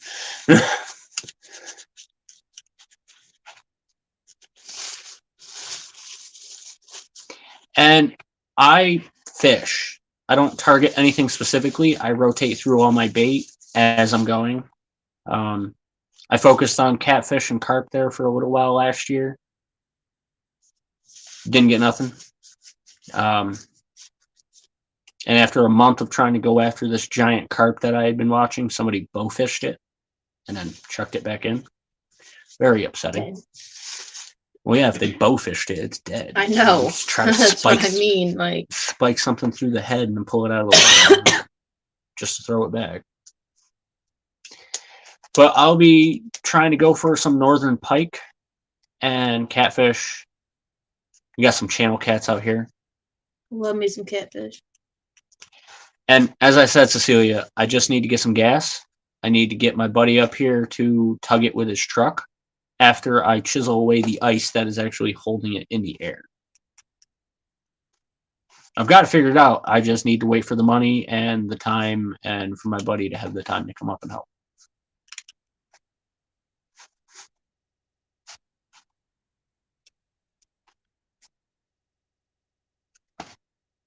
So it's not like I'm struggling to try to figure out how to move it. It's We just know how to move waiting it. for We things can, to but line up, Yeah.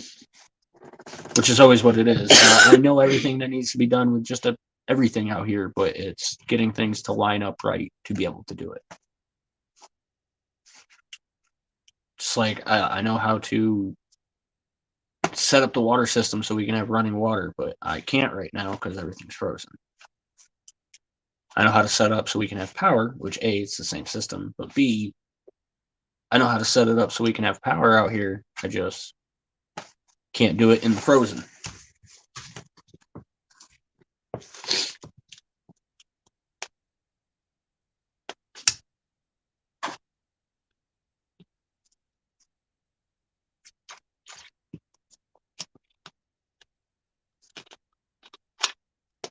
oh, I know all about Louisiana cats. And Swampland, I bet you though, even if I were to go down there and go fishing with you, I still wouldn't catch nothing. He has bad luck. I'd catch all the cats in the world. Only if we went noodling. Even if I went noodling, I'd probably end up putting my hand in a hole that has a goddamn gar in it, and that's it.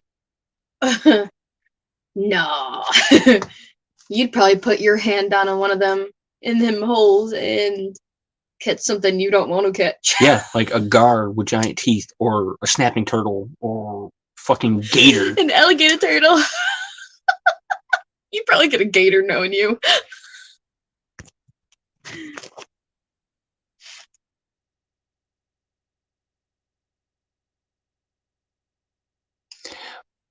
And Cecilia,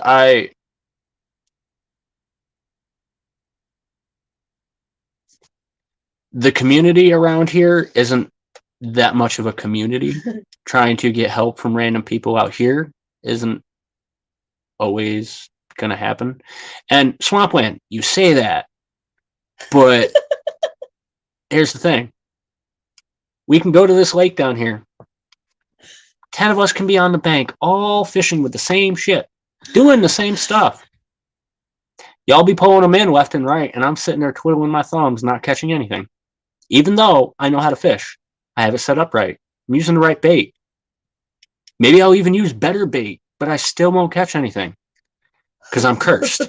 And that's not even a joke. I am cursed. It's really not a joke. He's so serious about it, and it really is so serious because I'll go in front of him, catch fish, and then I'll go right behind him, same spot, same bait, same everything, and catch like 4 in a row. And or I'll be on the spillway, and I'll fish one side of the spillway for like 3 hours and not catch anything. The guy on the other side of the spillway has been there for half an hour and has caught 10 fish. We're using the same shit. Then we switch sides. He's over on my side, on the side that I was just fishing for 3 hours and didn't catch anything, and he's instantly pulling them out. And I'm over on the side where he's been catching them for the last hour. Nothing. I have a couple of lucky days here and there, but normally it's just smallmouth bass. And yeah, cool, I'm catching fish, but it's smallmouth bass.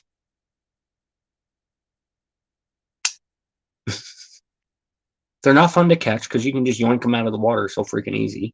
That's because they don't care. I think they just go for the ride. I swear some of them, yeah. Like the one that just kept coming back. This is that ride Jimmy took. Yeah!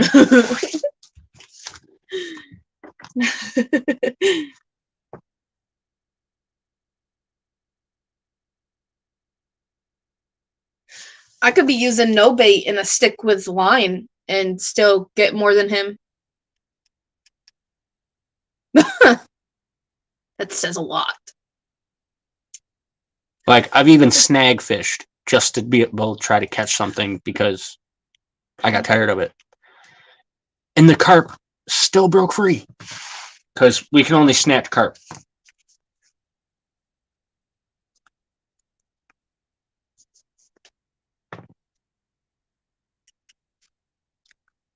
So it's definitely something most people don't understand when I say it. They're like, "Oh, you probably haven't been taught right." I've been fishing since I was 3, and I've been taught how to fish by some of the best fishermen around. And I know plenty of techniques and plenty of little tidbits, and I get advice from the pros all the time.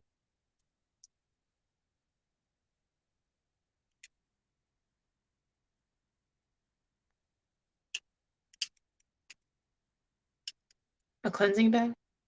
She's talking about a Wiccan cleansing bath to get rid of the negativity. She has white smudged me, and it still hasn't worked. I've done just about anything. She has done Wiccan. the what was that one you did for the fishing thing specifically? It was a fishing spell. It was fishing powder, pretty much. It was an at-home fishing powder that I rubbed on the bait, I rubbed on the poles, I rubbed on the areas, I rubbed on your hands,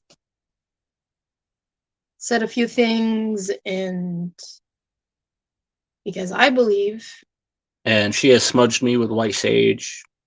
Still hasn't worked.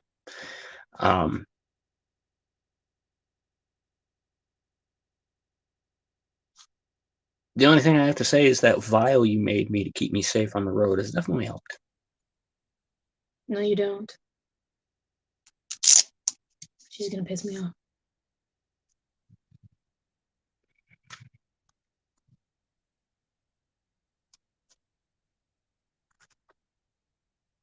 Well, this is where we differ, because the wife is Wiccan, but I am not. I am just native and a Scientologist. I was born and raised in the Wiccan pagan ways. And have read. And everybody has done. their own belief systems. Everybody has a different way of practicing. So just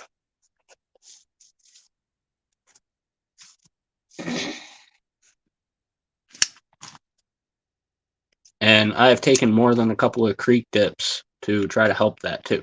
So, in my belief, that works. But it hasn't at the same time. So, I'm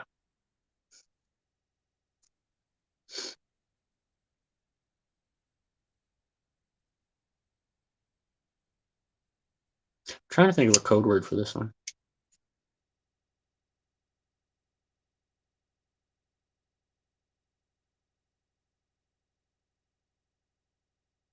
Herbert T. How you doing, bro?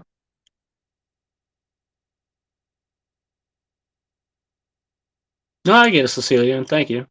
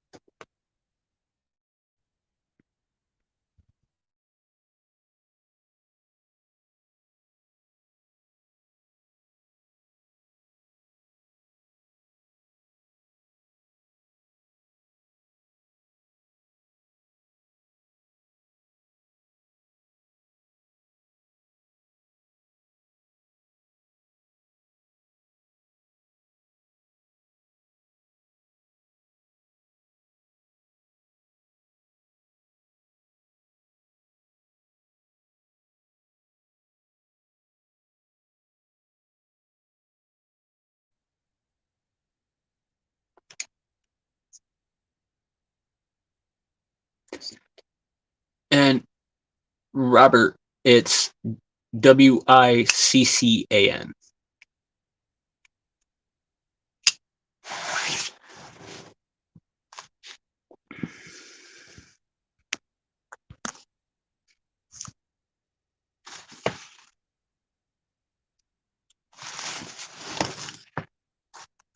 And have a good night, Cecilia.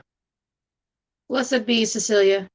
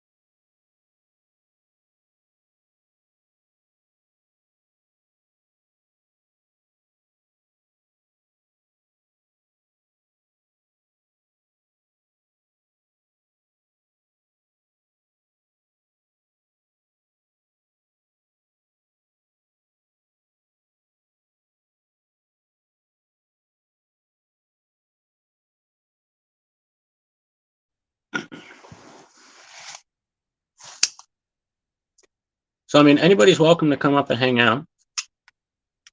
Open panel, but I'm probably going to be closing it out here soon. I'm not stopping you. I'm not eating on camera.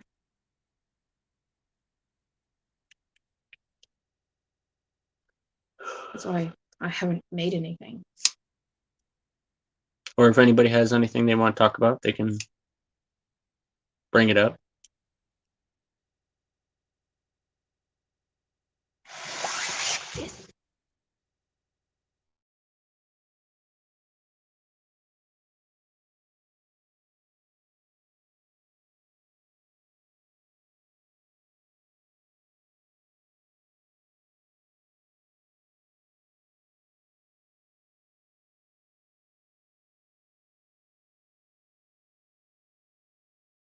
And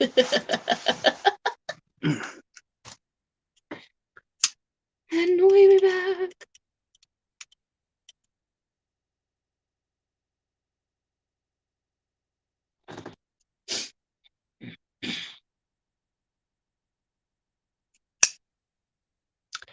I hate when we get into situations like this because now I don't know what to say.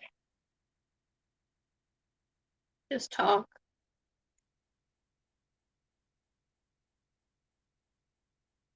Talk about the weather. It's always go to. How to have a shallow conversation 101. Talk about what everybody can fucking see.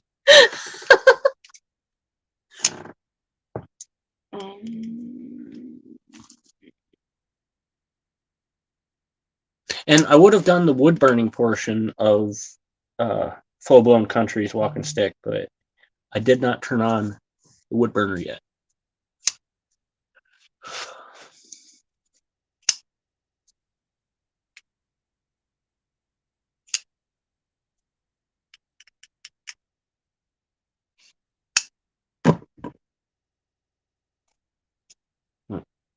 Oh, there's Nicole.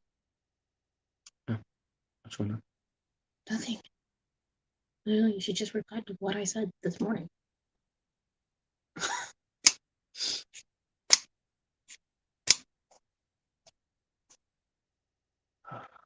I really can't think of a code word for this one.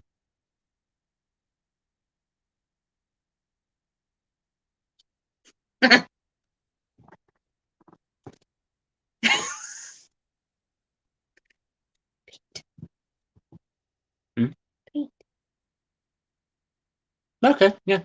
So for my replay champions, for those who have watched it all the way, I've already done Jeep. For those who have watched it all the way through on the replay, your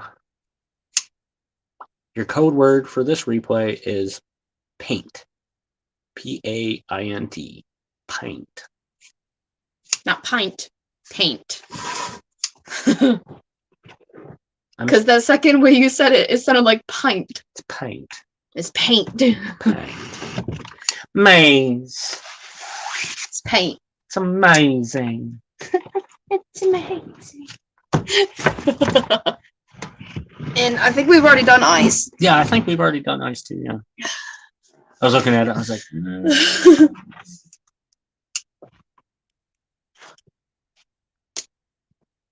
That's why I didn't use it for the survival challenge, because I needed to use shelf instead of ice, because I was pretty sure I already used ice.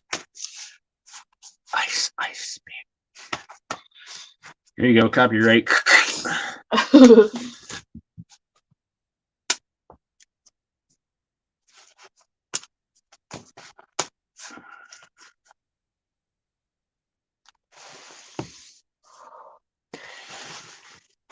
And you're supposed to not be able to keep track. That way I can actually drop them and not have you just drop them without actually catching them. Yeah, because they're only for the replay people. Oh, I know she's a replay fucking Queen. god.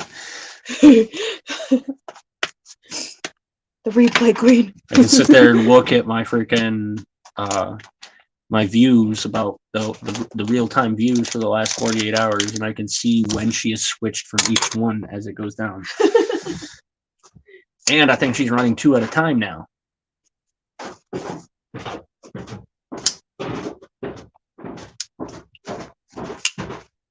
What even did you want to eat? I'm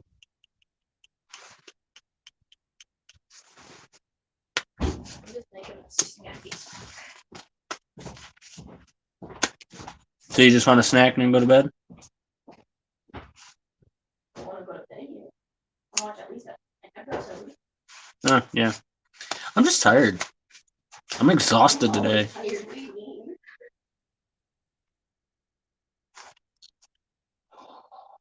I'm in a constant state of exhaustion. Yeah. Yeah, I figured that, Tasha.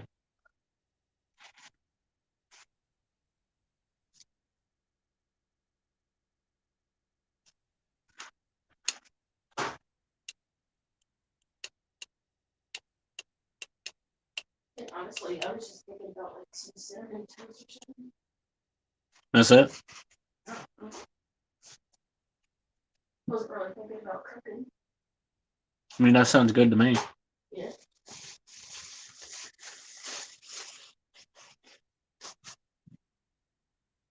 I mean, we can each have a grilled cheese and then each have a cinnamon toast. Yeah, I didn't want to do that because those spices are yours. Yeah. The air current coming out of the door. The white door? Yes. Not the front one. This one. Yeah, I know.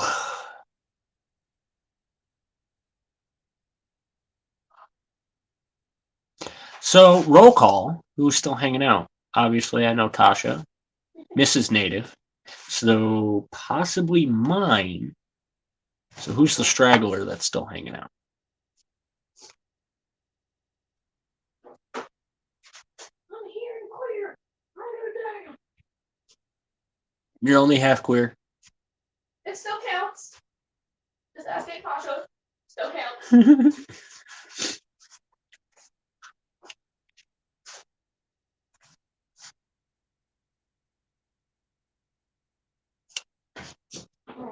I don't care. That means more fun for me.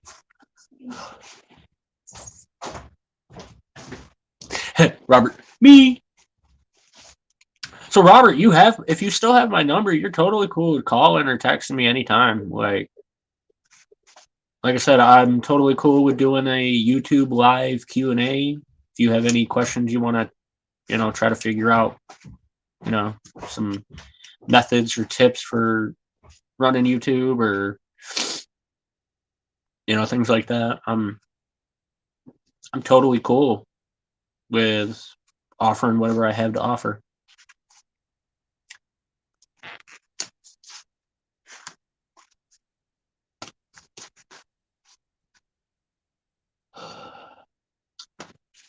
Definitely got to say, it is impressive how some guys can run lives, never interact with the chat, and just always have something to say or do or talk about. That's impressive. Like, it really is. And sure, if I were to pick one of these times to just like have a topic, I could sit here and run out a whole conversation about topics without ever once looking at the chat. But for me, the lives are about the chats. It's about the interaction. Yeah, that's kind of what it's all about. Who's my boy? Huh? Which one? My boy. Never mind, the other one just fell over there. Yeah, the wired ass just hit the ground. Say hi. Huh? Huh? No cameras. No cameras, please. Huh?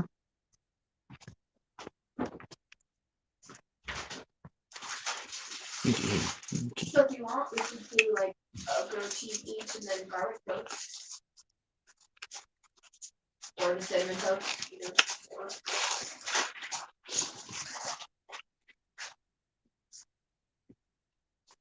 No, I was thinking of grilled cheese and then cinnamon toast.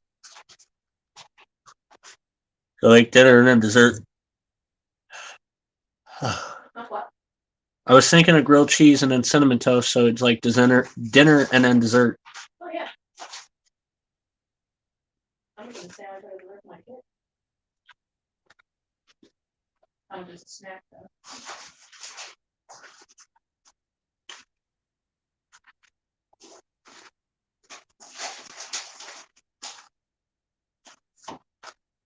I still love the fact that creature also doubles as a survival tool.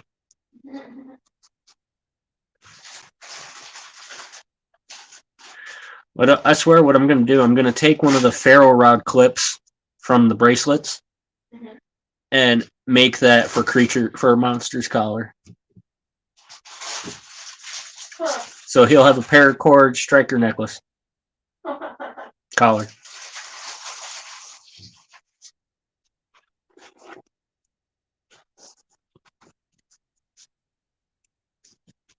Let me get the abogies. You know, abogers.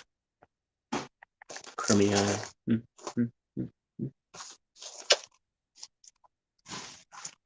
I love my boy. He has been a spoiled brat ever since I got him while we were at camp, and he slept in the hammock on my chest every night. So now when we go to bed, he waits for me to go to bed just to curl up on my chest. And I gotta tell you, the bigger he gets, the harder it gets to breathe.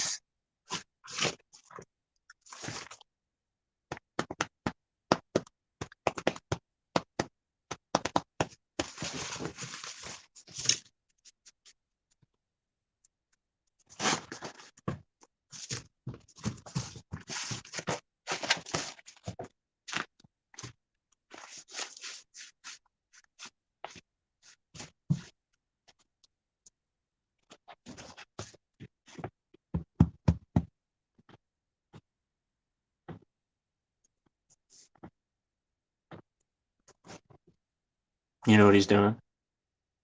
He's looking at Mom's chair like, I can get in that, right? No. You heard Mom. Mom said no. He says, I love you, but Mom said no. I love you, but Mom said no. Mom said no. I know you hear me Yes, he does. very clearly. I said no. And I can see you. He's on my lap. I see him. Oh, you saw him reaching over like, Yes. I can get in that. I did. I can get in that right there. Mom's not here. She moved her feet. She lost her seat. Yeah, that's all it is. Move my feet, move my seat. Move my seat.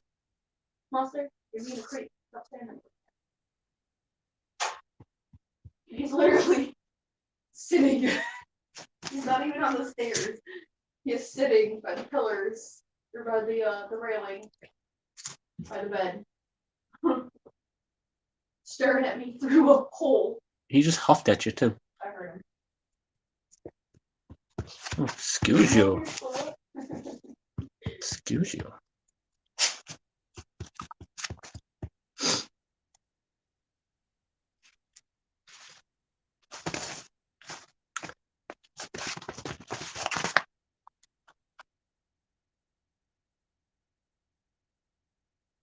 I love how you know what it is, but you refuse to look at it directly.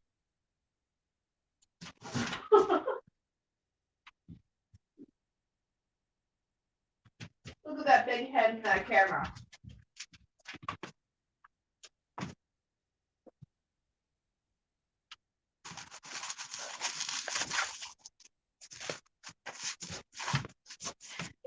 Yes, it's Auntie's boy. Yeah.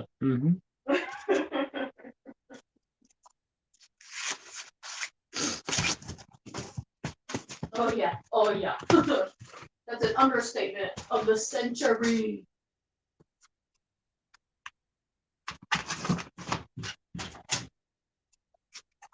And he still loves his baby daddy hugs where I pick him up and he hugs my chest. Do you hear me say hugs? Do you want a hug? Do you want a hug? Oh, that was my face. You want a hug? Might have to come messaging. Let's go in a minute anyway.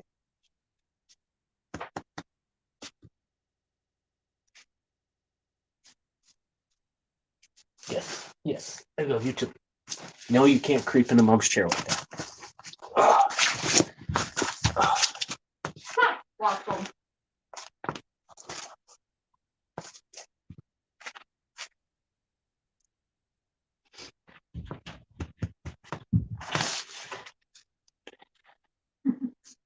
Your breath stank tonight, though, boy.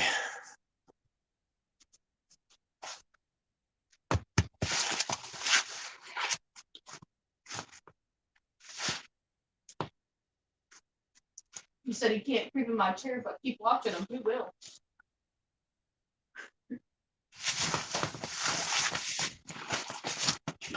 Well, I'm sorry, your butt is fat. Is that better?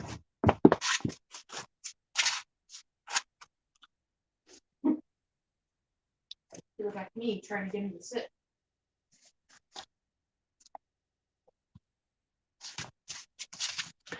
See, there's a trick. You got to hold the side of his butt so he doesn't feel like he's falling off.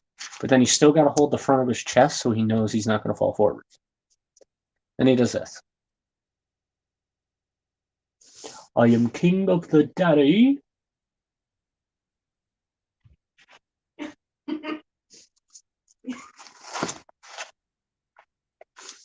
Creature, everyone wants to see your face. Not your pecker.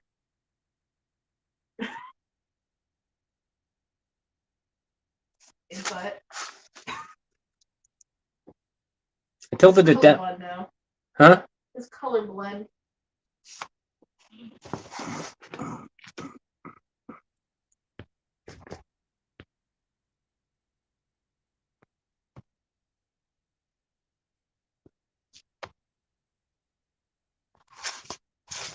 Look at those pretty eyes. You know how hard it is to do this with one hand, bro? With a mountain that never stops moving.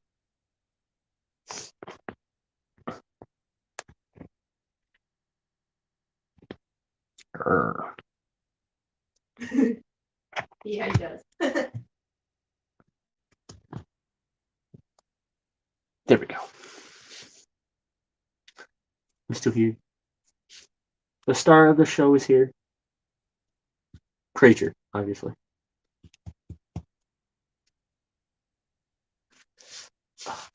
You and your tucked out hip.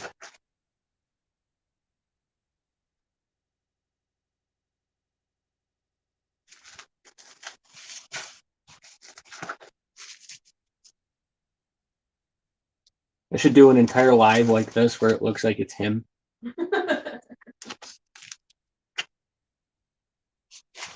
Because, you know, hey everybody, it's the Modern Native. I natively went Husky Shepherd today. Get out there, be a native, go beast.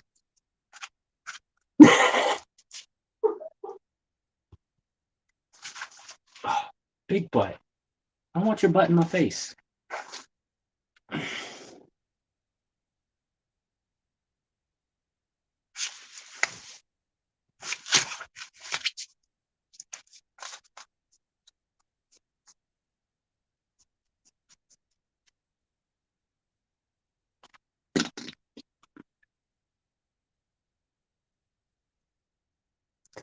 Yawner.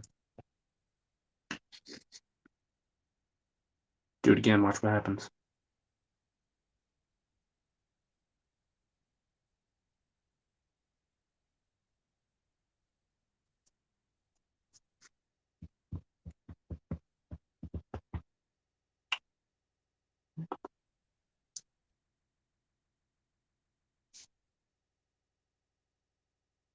Snare drum.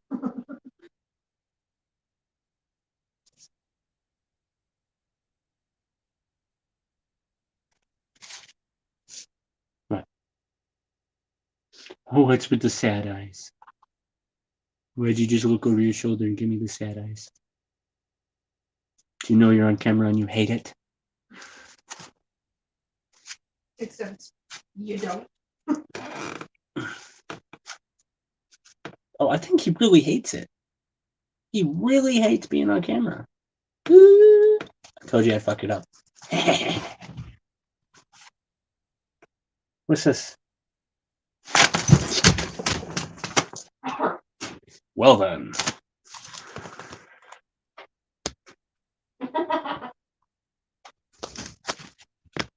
Mom was doing something. Something must have been happening.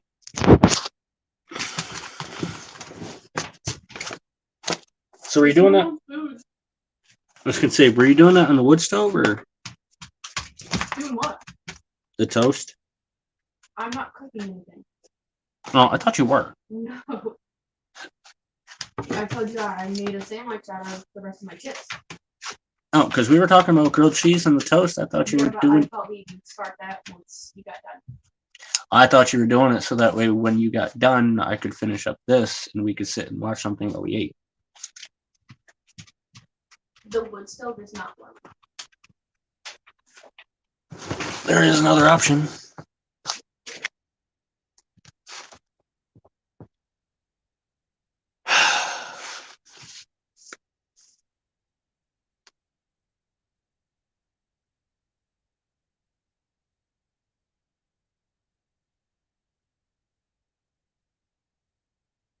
Alrighty, so guess I'm calling it here then.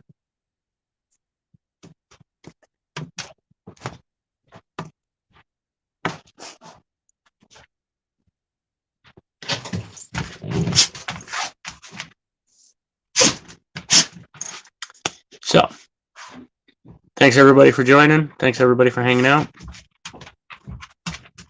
Until next time, get out there, be a native, and go beast.